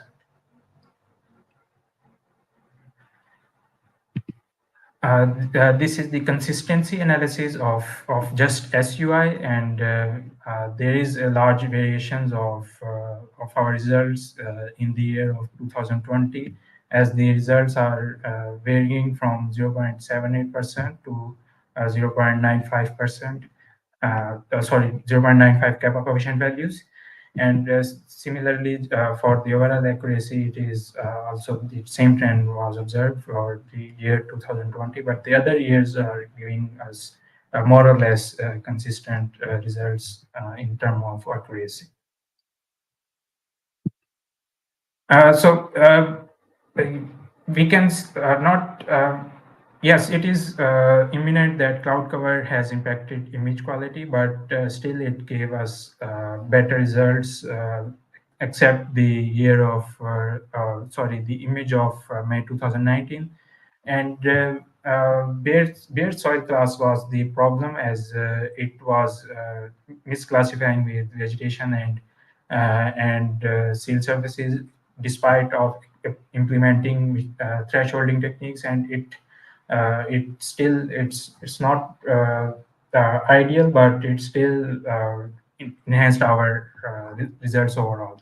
And sealed urban index without machine learning gives still better results, but with implementation of machine learning, it enhances our classification results. And by using Google Earth Engine, which is a cloud computing platform, it allows us to do the large scale real-time processing in very short time. And by integrating the SUI with the machine learning, it ensures the reliable classes separation, as we saw in machine learning spatial visualization, spatial map, that with machine learning we were able to differentiate all the classes accurately. And this novel sealed urban index, it differentiates with sealed surfaces with higher accuracy. But yes, the only problem was with the bare land, which still gives us a satisfactory result. But when comparing just for the sealed surfaces, it gives very higher accuracy. So the key findings of our research is that when combining with machine learning, it gives overall accuracy of greater than 90%. And we witnessed that there was an increase of seal surfaces over 2% when comparing from the year 2018 to till 2024. And the cloud cover images with less than or equal to 2% cloud cover. For instance, July images has the least cloud cover, due to which it performs best for both of our methods. And these findings can support, with the help of machine learning, it can support for better and sustainable urban planning for the future cities. And with the efficiency of the detecting impervious and overused agricultural areas, we can use this for other study areas as well. And these results are uh, they can be act as the base for the prediction of future changes and to implement predictive models, so we can predict the future changes in coming years. Thank you so much for your kind attention.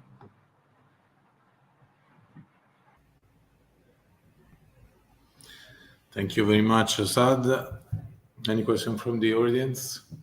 Nothing. So let's move to Professor Mongello. Professor Mongello, are you online? Can we try to let's make a test? Let's test.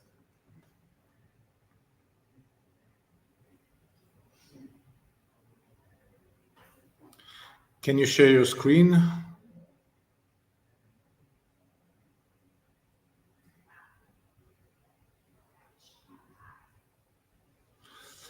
I can't hear you and I don't see your presentation.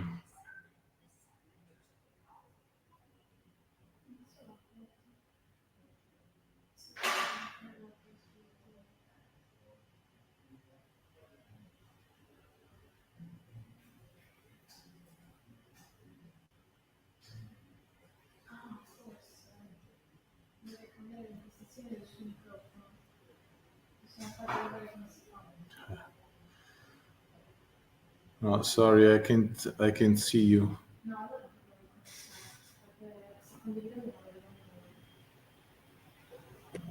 No.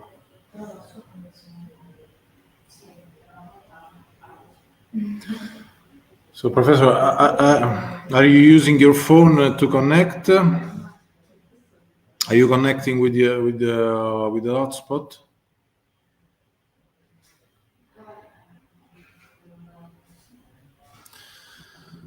Okay, no. In the mean.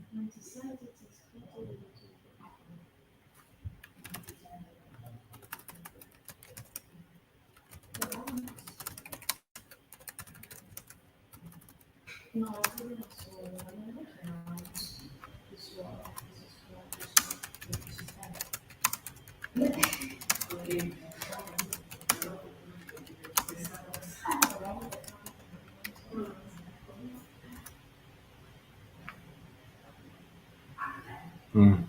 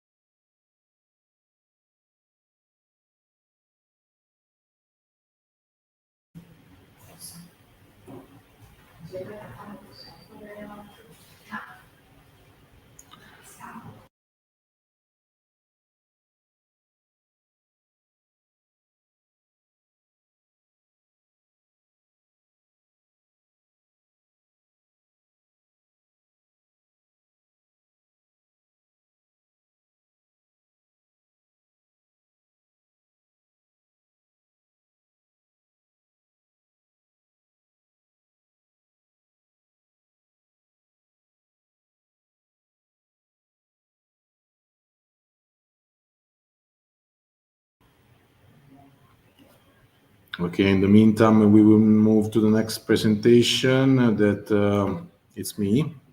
So I'm going to share my screen.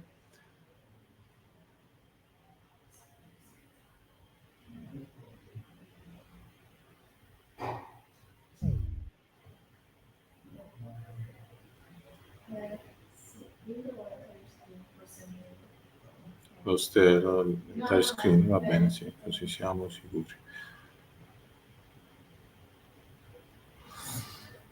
Come faccio a sapere se sono... Sì, sta connettendo. Ok. Ok, perfetto. Ok. Good evening, everybody. I'm Alberico Sonnessa from the Polytechnic University of Bari. I'm going to present this study that is entitled GIS-based approach to evaluate the photovoltaic potential of a territory, the case study of the municipality of San Severo in the Apulia region. And first of all, let me thank my co-author Michele Vomero, Antonio Leone, Nicolina Ripa, and Michaela Falcone. Let's start from the problem. Okay, outside it's very cold. Of course, we are in summer, so it's normal. But if we look at the graph on the left side, we can see that the global average temperature from the pre-industrial era, 1850 more or less, until now, until 2023, is constantly increasing, more or less of 1.6 degrees. Okay, and we can see also an increase of the incidence of catastrophic phenomena such as flooding or heavy rains. Do we have a solution? Of course, we don't have an immediate solution. We need an integrated approach to solve this problem that, of course, is very, very complex. And in this frame, renewable energy sources play, of course, a key role. Let's say geothermal, hydroelectric, wind power, and of course, solar power. Let's focus on solar power. If we want to reach the EU 2050 goal, that is an economy with net zero greenhouse gas emission, probably photovoltaic technology can have a leading role in this field to achieve this target.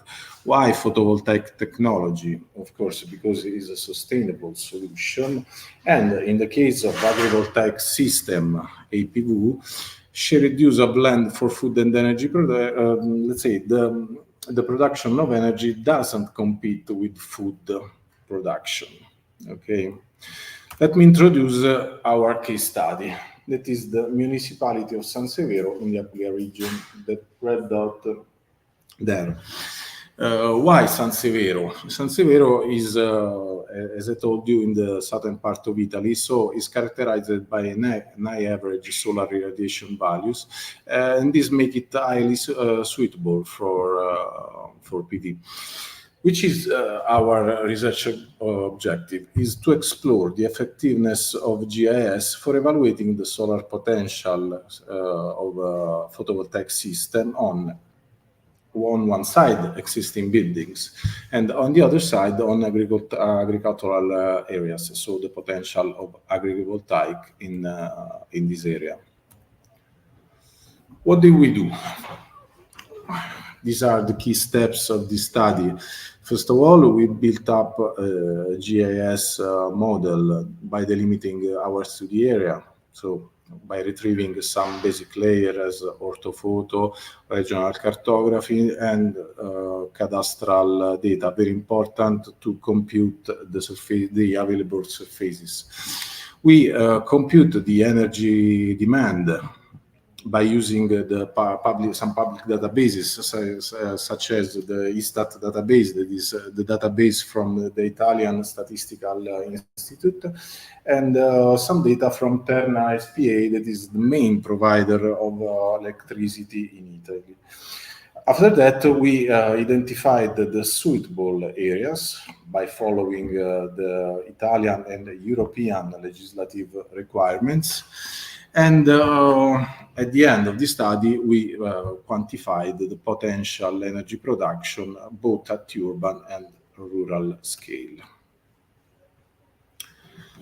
Which are the main sector that demand energy? Of course, agriculture, industry, and services, and the domestic sector.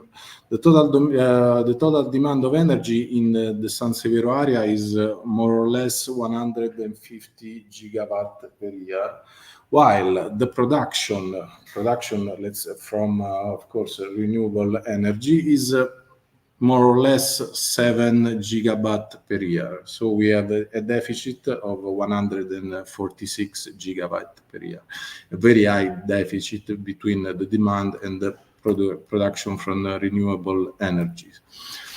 The first thing we did, as I told you, was finding the suitable areas. How did we find them? By using by retrieving the available areas by legislative restriction, let's say. We can use area adjacent to motorways, or we can use also agricultural areas enclosing a perimeter of 500 meters from industrial areas. We can also use sites near the Italian state railway and areas from remediation, okay, from environmental remediation. We can also add a 20% more in already existing plants that are indicated in yellow here in the picture.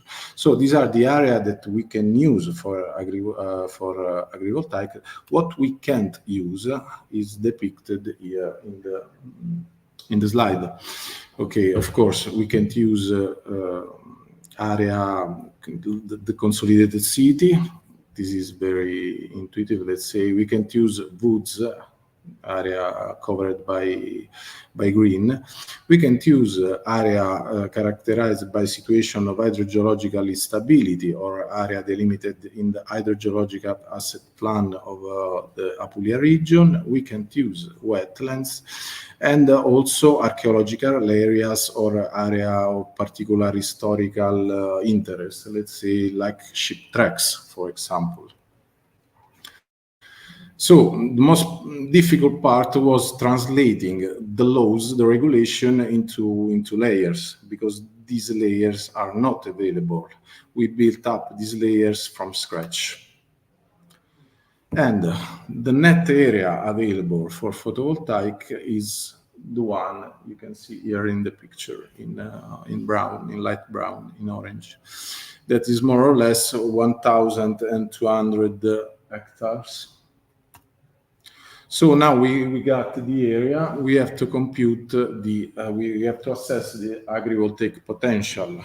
So in this case, we start from 1 hectare because of 1 hectare. If 1 hectare is available, following the prescription, you can use only the 30% of this 1 hectare. And of this 30%, you have to occupy an area that is less than or equal to the 40%. We use 30% to be conservative. So the area that can be covered by standard modules, solar photovoltaic modules, is more or less 900 square meter. Okay, the photovoltaic size is 200 meters, so the number of implantable modules is more or less 400. For a total peak power, if we consider a standard monocrystalline photovoltaic module that produce 0.36 kilowatt, for a total peak power of 150, more or less.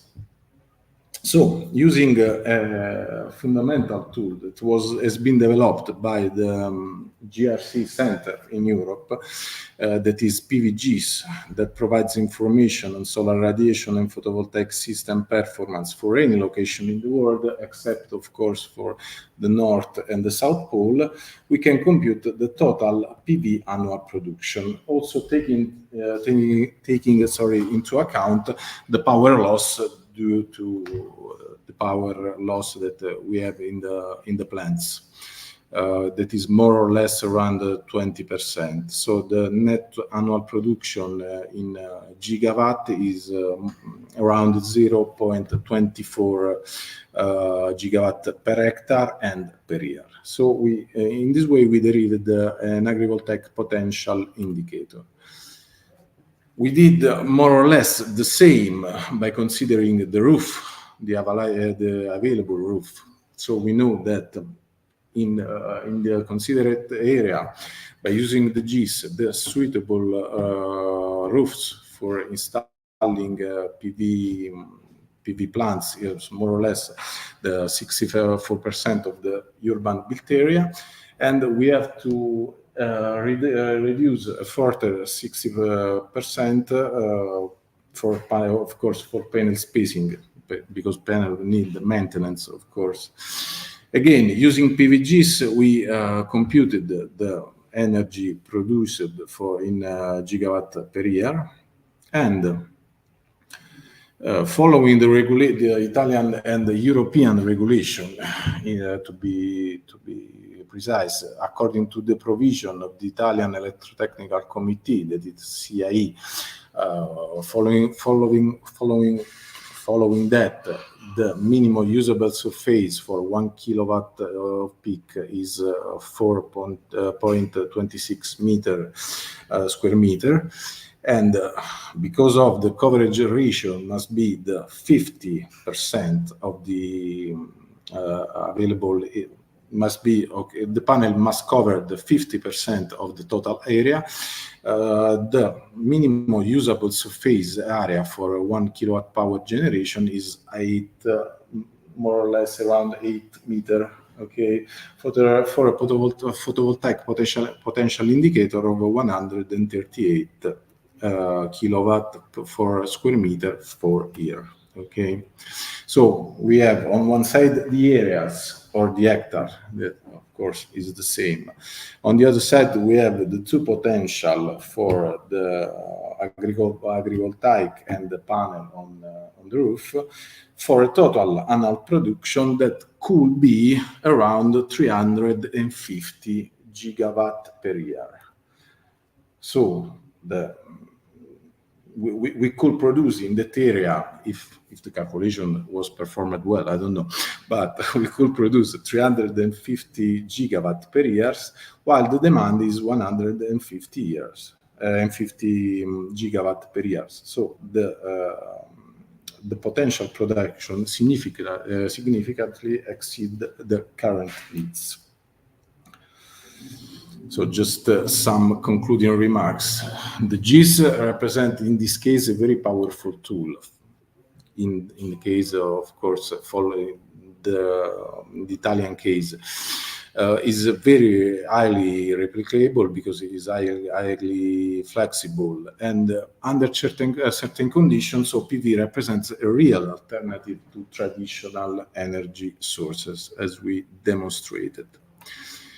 Thank you very much for your attention, and if you have question, I'm here.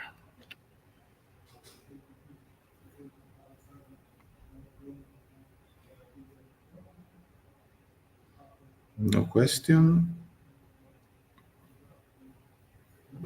Okay. Let's try again with Professor Mongello.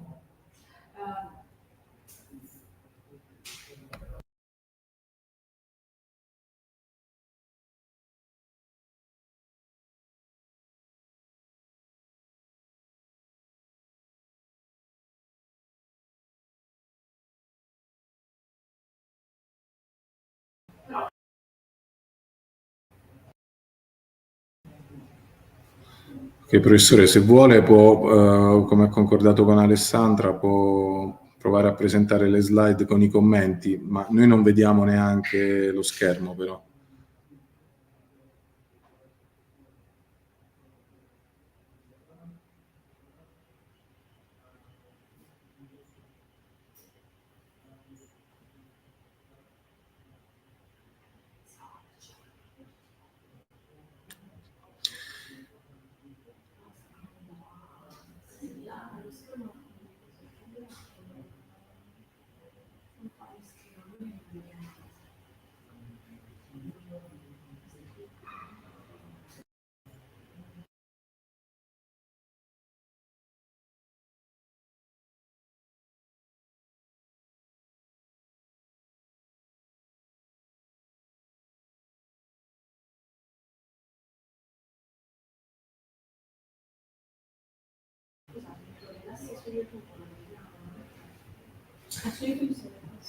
Sorry, Professor, we can't see you.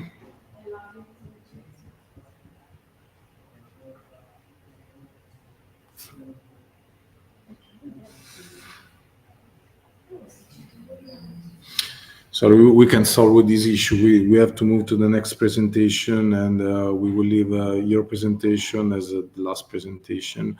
So let's move to Professor Michaela Falcone. Michaela, are you ready? Sì. Okay, thank you. Thank You can share your screen when you want.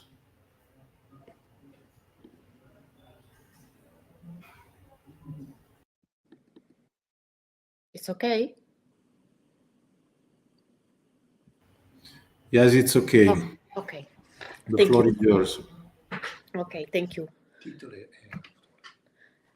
EU regulatory framework and funding to combat desertification. My presentation addresses the issue of desertification in the European Union, analyzed from a legal and regulatory perspective. Desertification is an harmful environmental phenomenon in the EU, especially in Spain, Hungary, Bulgaria, Turkey, and Italy. This trait stems from a complex interplay on unsustainable agricultural practice, excessive use of water resources, drought, and climate change.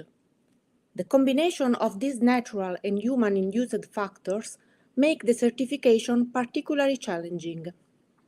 It should also be noted that certain degradation processes are often gradual and not readily perceptible in the short term. The consequences extend beyond environmental damage, encompassing significant social and economic impacts. From a regulatory standpoint, the EU operates within the United Nations Convention to Combat Desertification, ratified in 1998. This convention represents the primary global legal instrument against desertification and sets the land degradation neutrality by 2030. Soil protection is also included in 2030 Agenda for Sustainable Development. The last 2024 Conference of Parties marks the most recent milestone to revitalize and strengthen EU commitments on desertification. However, there isn't a specific and binding legislation against desertification at EU level. The action, indeed, is implemented through a set of regulatory and financial instruments which, although not exclusively aimed at this phenomenon, contribute indirectly to its prevention and mitigation. As early as 2018, the European Court of Auditors report highlighted the absence of unified regulatory framework. To date, however, the measures adopted haven't still ensured an effective integrated action against desertification. Among such instruments, the European Green Deal is the main strategy for sustainable growth, with ambitious targets for climate neutrality, biodiversity protection, and the promotion of sustainable agricultural practices by 2050. Integral parts of the Green Deal are the soil and biodiversity strategies, aiming at combating soil degradation and restoring 30% of degraded ecosystems by 2030. Along these instruments, the adaptation strategy to climate change also indirectly supports fight against desertification.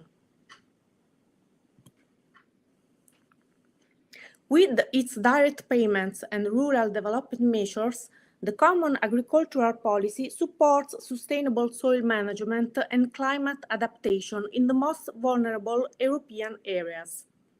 Its recent reform for the 2023 to 2027 period introduced more stringent measures such as cross-compliance regime and eco-schemes to increase environment-friendly agricultural practices like organic farming and crop rotation. In addition, The Commission has promoted a thematic strategy for soil protection and numerous environmental directives covering water quality, nitrate management, and environmental impact assessments that help containing the certification processes. From a financial perspective, instead of dedicating a specific funds towards the certification, the EU has developed fragmented transversal financial instruments like LIFE, Horizon Europe, the European Agricultural Fund for Rural Development, and the Cohesion Policy, which support research, innovation, and territorial interventions to contrast soil degradation. The Next Generation EU, adopted after the COVID pandemic, allocated additional funds to support the ecological transition of rural areas. The lack of dedicated legislation on the certification in the EU is due mainly to its competition with other urgent political priorities like economic growth, security, and climate change that receive more political support and funds. The EU legislative process is slow and complex, especially for cross-sector issues like the certification, which require agreement between the Parliament and the Council. A clear legislation would be a turning point to clarify roles among the EU and Member States, harmonize action across countries, and ensure consistent European response.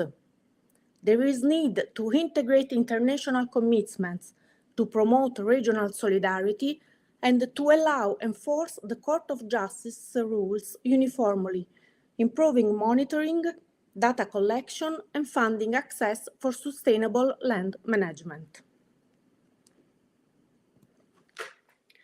The fragmentation of the certification rules gives rise to a legal uncertainty on the allocation of competence among the EU and its member states. Another significant issue concerns the inadequate implementation of the principle of solidarity in the European theatres, which obliges member states to implement cohesion policies towards the most vulnerable regions. The lack of a clear legal framework also limits the protection of the right to a healthy environment and food security, as enshrined in the EU Charter of Fundamental Rights. Furthermore, the environmental liability regime established by the polluter pays principle face practical difficulties to defining environmental damage like desertification, and this weakens the possibility to obtain compensation and effective restoration measures. Fragmented governance generates inequalities among member states, making it difficult to monitor and evaluate the progress. Finally, the complexity of the phenomenon, the lack of coordination among different sectors, and the reluctance of member states to share sovereignty exacerbate the situation, as demonstrated by the withdrawal of the proposed Soil Framework Directive. In conclusion, there is the need to achieve unified regulation with the requirement of a specific provision among the environmental sector, such as soil, water, biodiversity, and climate. Today, there are overlapping policies and coordination difficulties, reflecting the environmental, economic, and social complexity of the soil desertification. Effectiveness is also influenced by technical, social, and institutional factors, as well as by economic pressures like intensive agriculture and real estate speculation. Fragmented governance among EU member states and local levels, along with uneven access to funding, further complicates the efforts. The 2024 request by the EU Council for a Global Action Plan represents a progress toward better coordination. To succeed, it is necessary to strengthen financial governance and to integrate policies among the EU and climate and environmental objectives. The future depends on reinforced cooperation, greater soil protection, sustainable development models, and balanced regulatory harmonization. Thank you for your attention. Aspetta. Thank you very much, Michaela, for your presentation. Just to the audience, we need just 5 minutes trying to solve that issue, and then we will move to the next and hopefully the last presentation of Professor Mongello.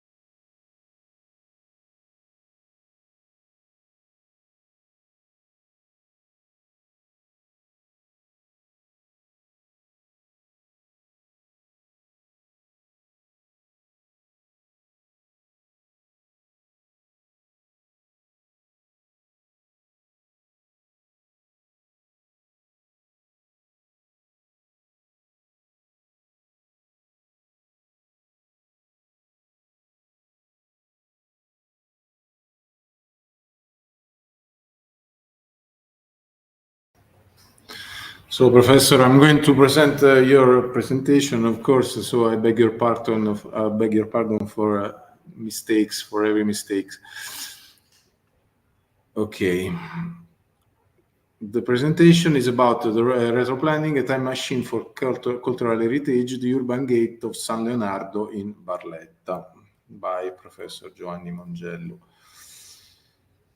So the aim of this paper is to test the possibility of carrying out a backward design process based on historical and iconographic data to reconstruct an incomplete or destroyed heritage asset.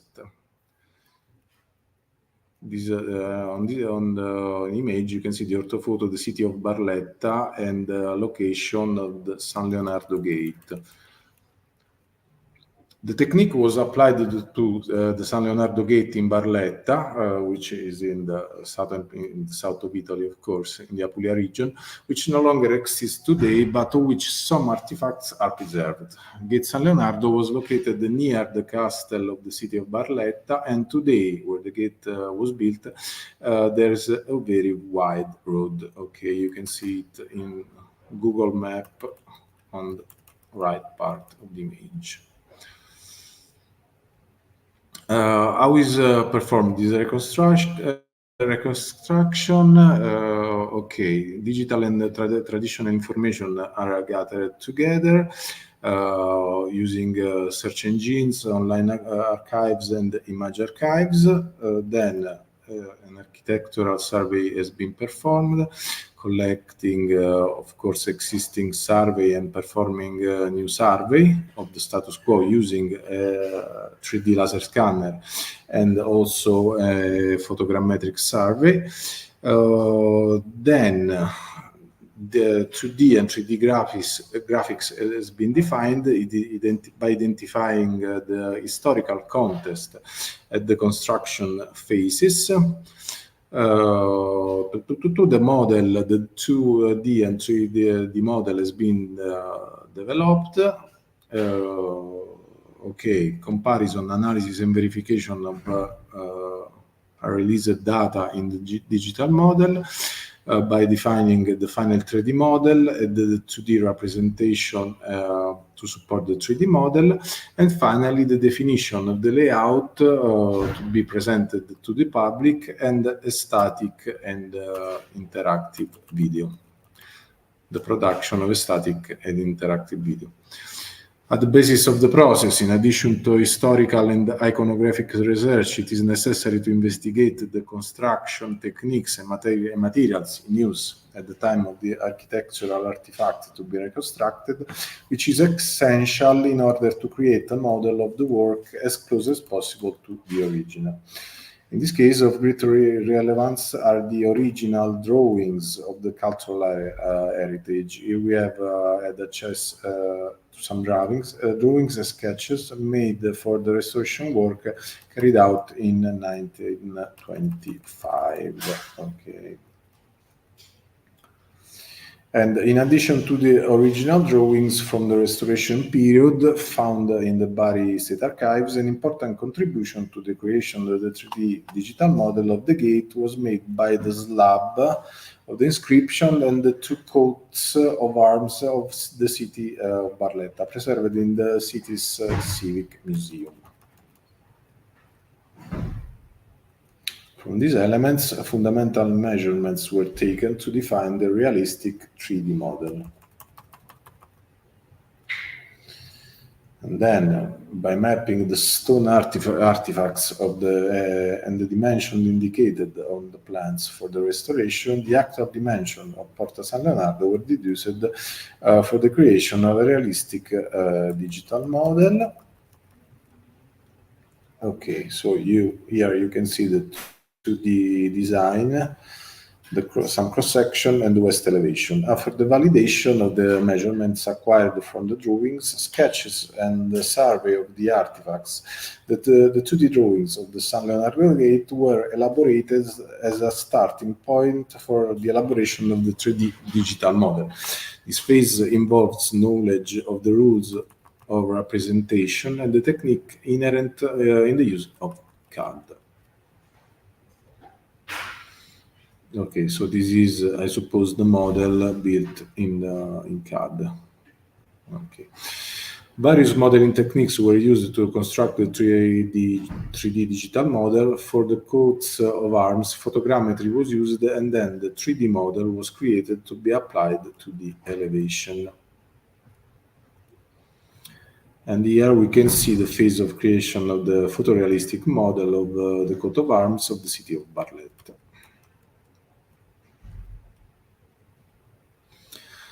Once the 3D model was made, it was placed in its original position, creating the surrounding ambientation and rendering.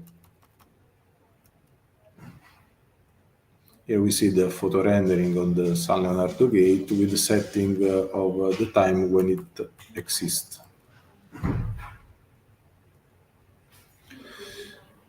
So the era we are living is strongly influenced by new technologies and the spread of the internet. So digital technologies have revolutionized the approach to the study and conservation of cultural heritage, changing the way we study, represent, and visit them. We can say that we are moving into an extended era where digital representation is placed side by side with reality, creating digital worlds, even entire cities, with the metaverse. Inevitably, cultural heritage had also been touched by the innovation of digital technologies, enabling the reconstruction of works that no longer exist or are unfinished. All these new possibilities have given a boost to the knowledge transmission and use of digitally represented cultural heritage. So thank you very much, and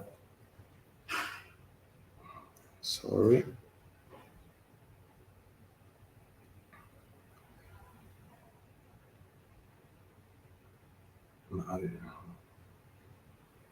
I apologize again for problems, for some problem. Okay, thank you very much. So sorry for these problems, and we see tomorrow for the continuation of this session at 9 o'clock. Thank you very much for the people who attended this session, and see you soon.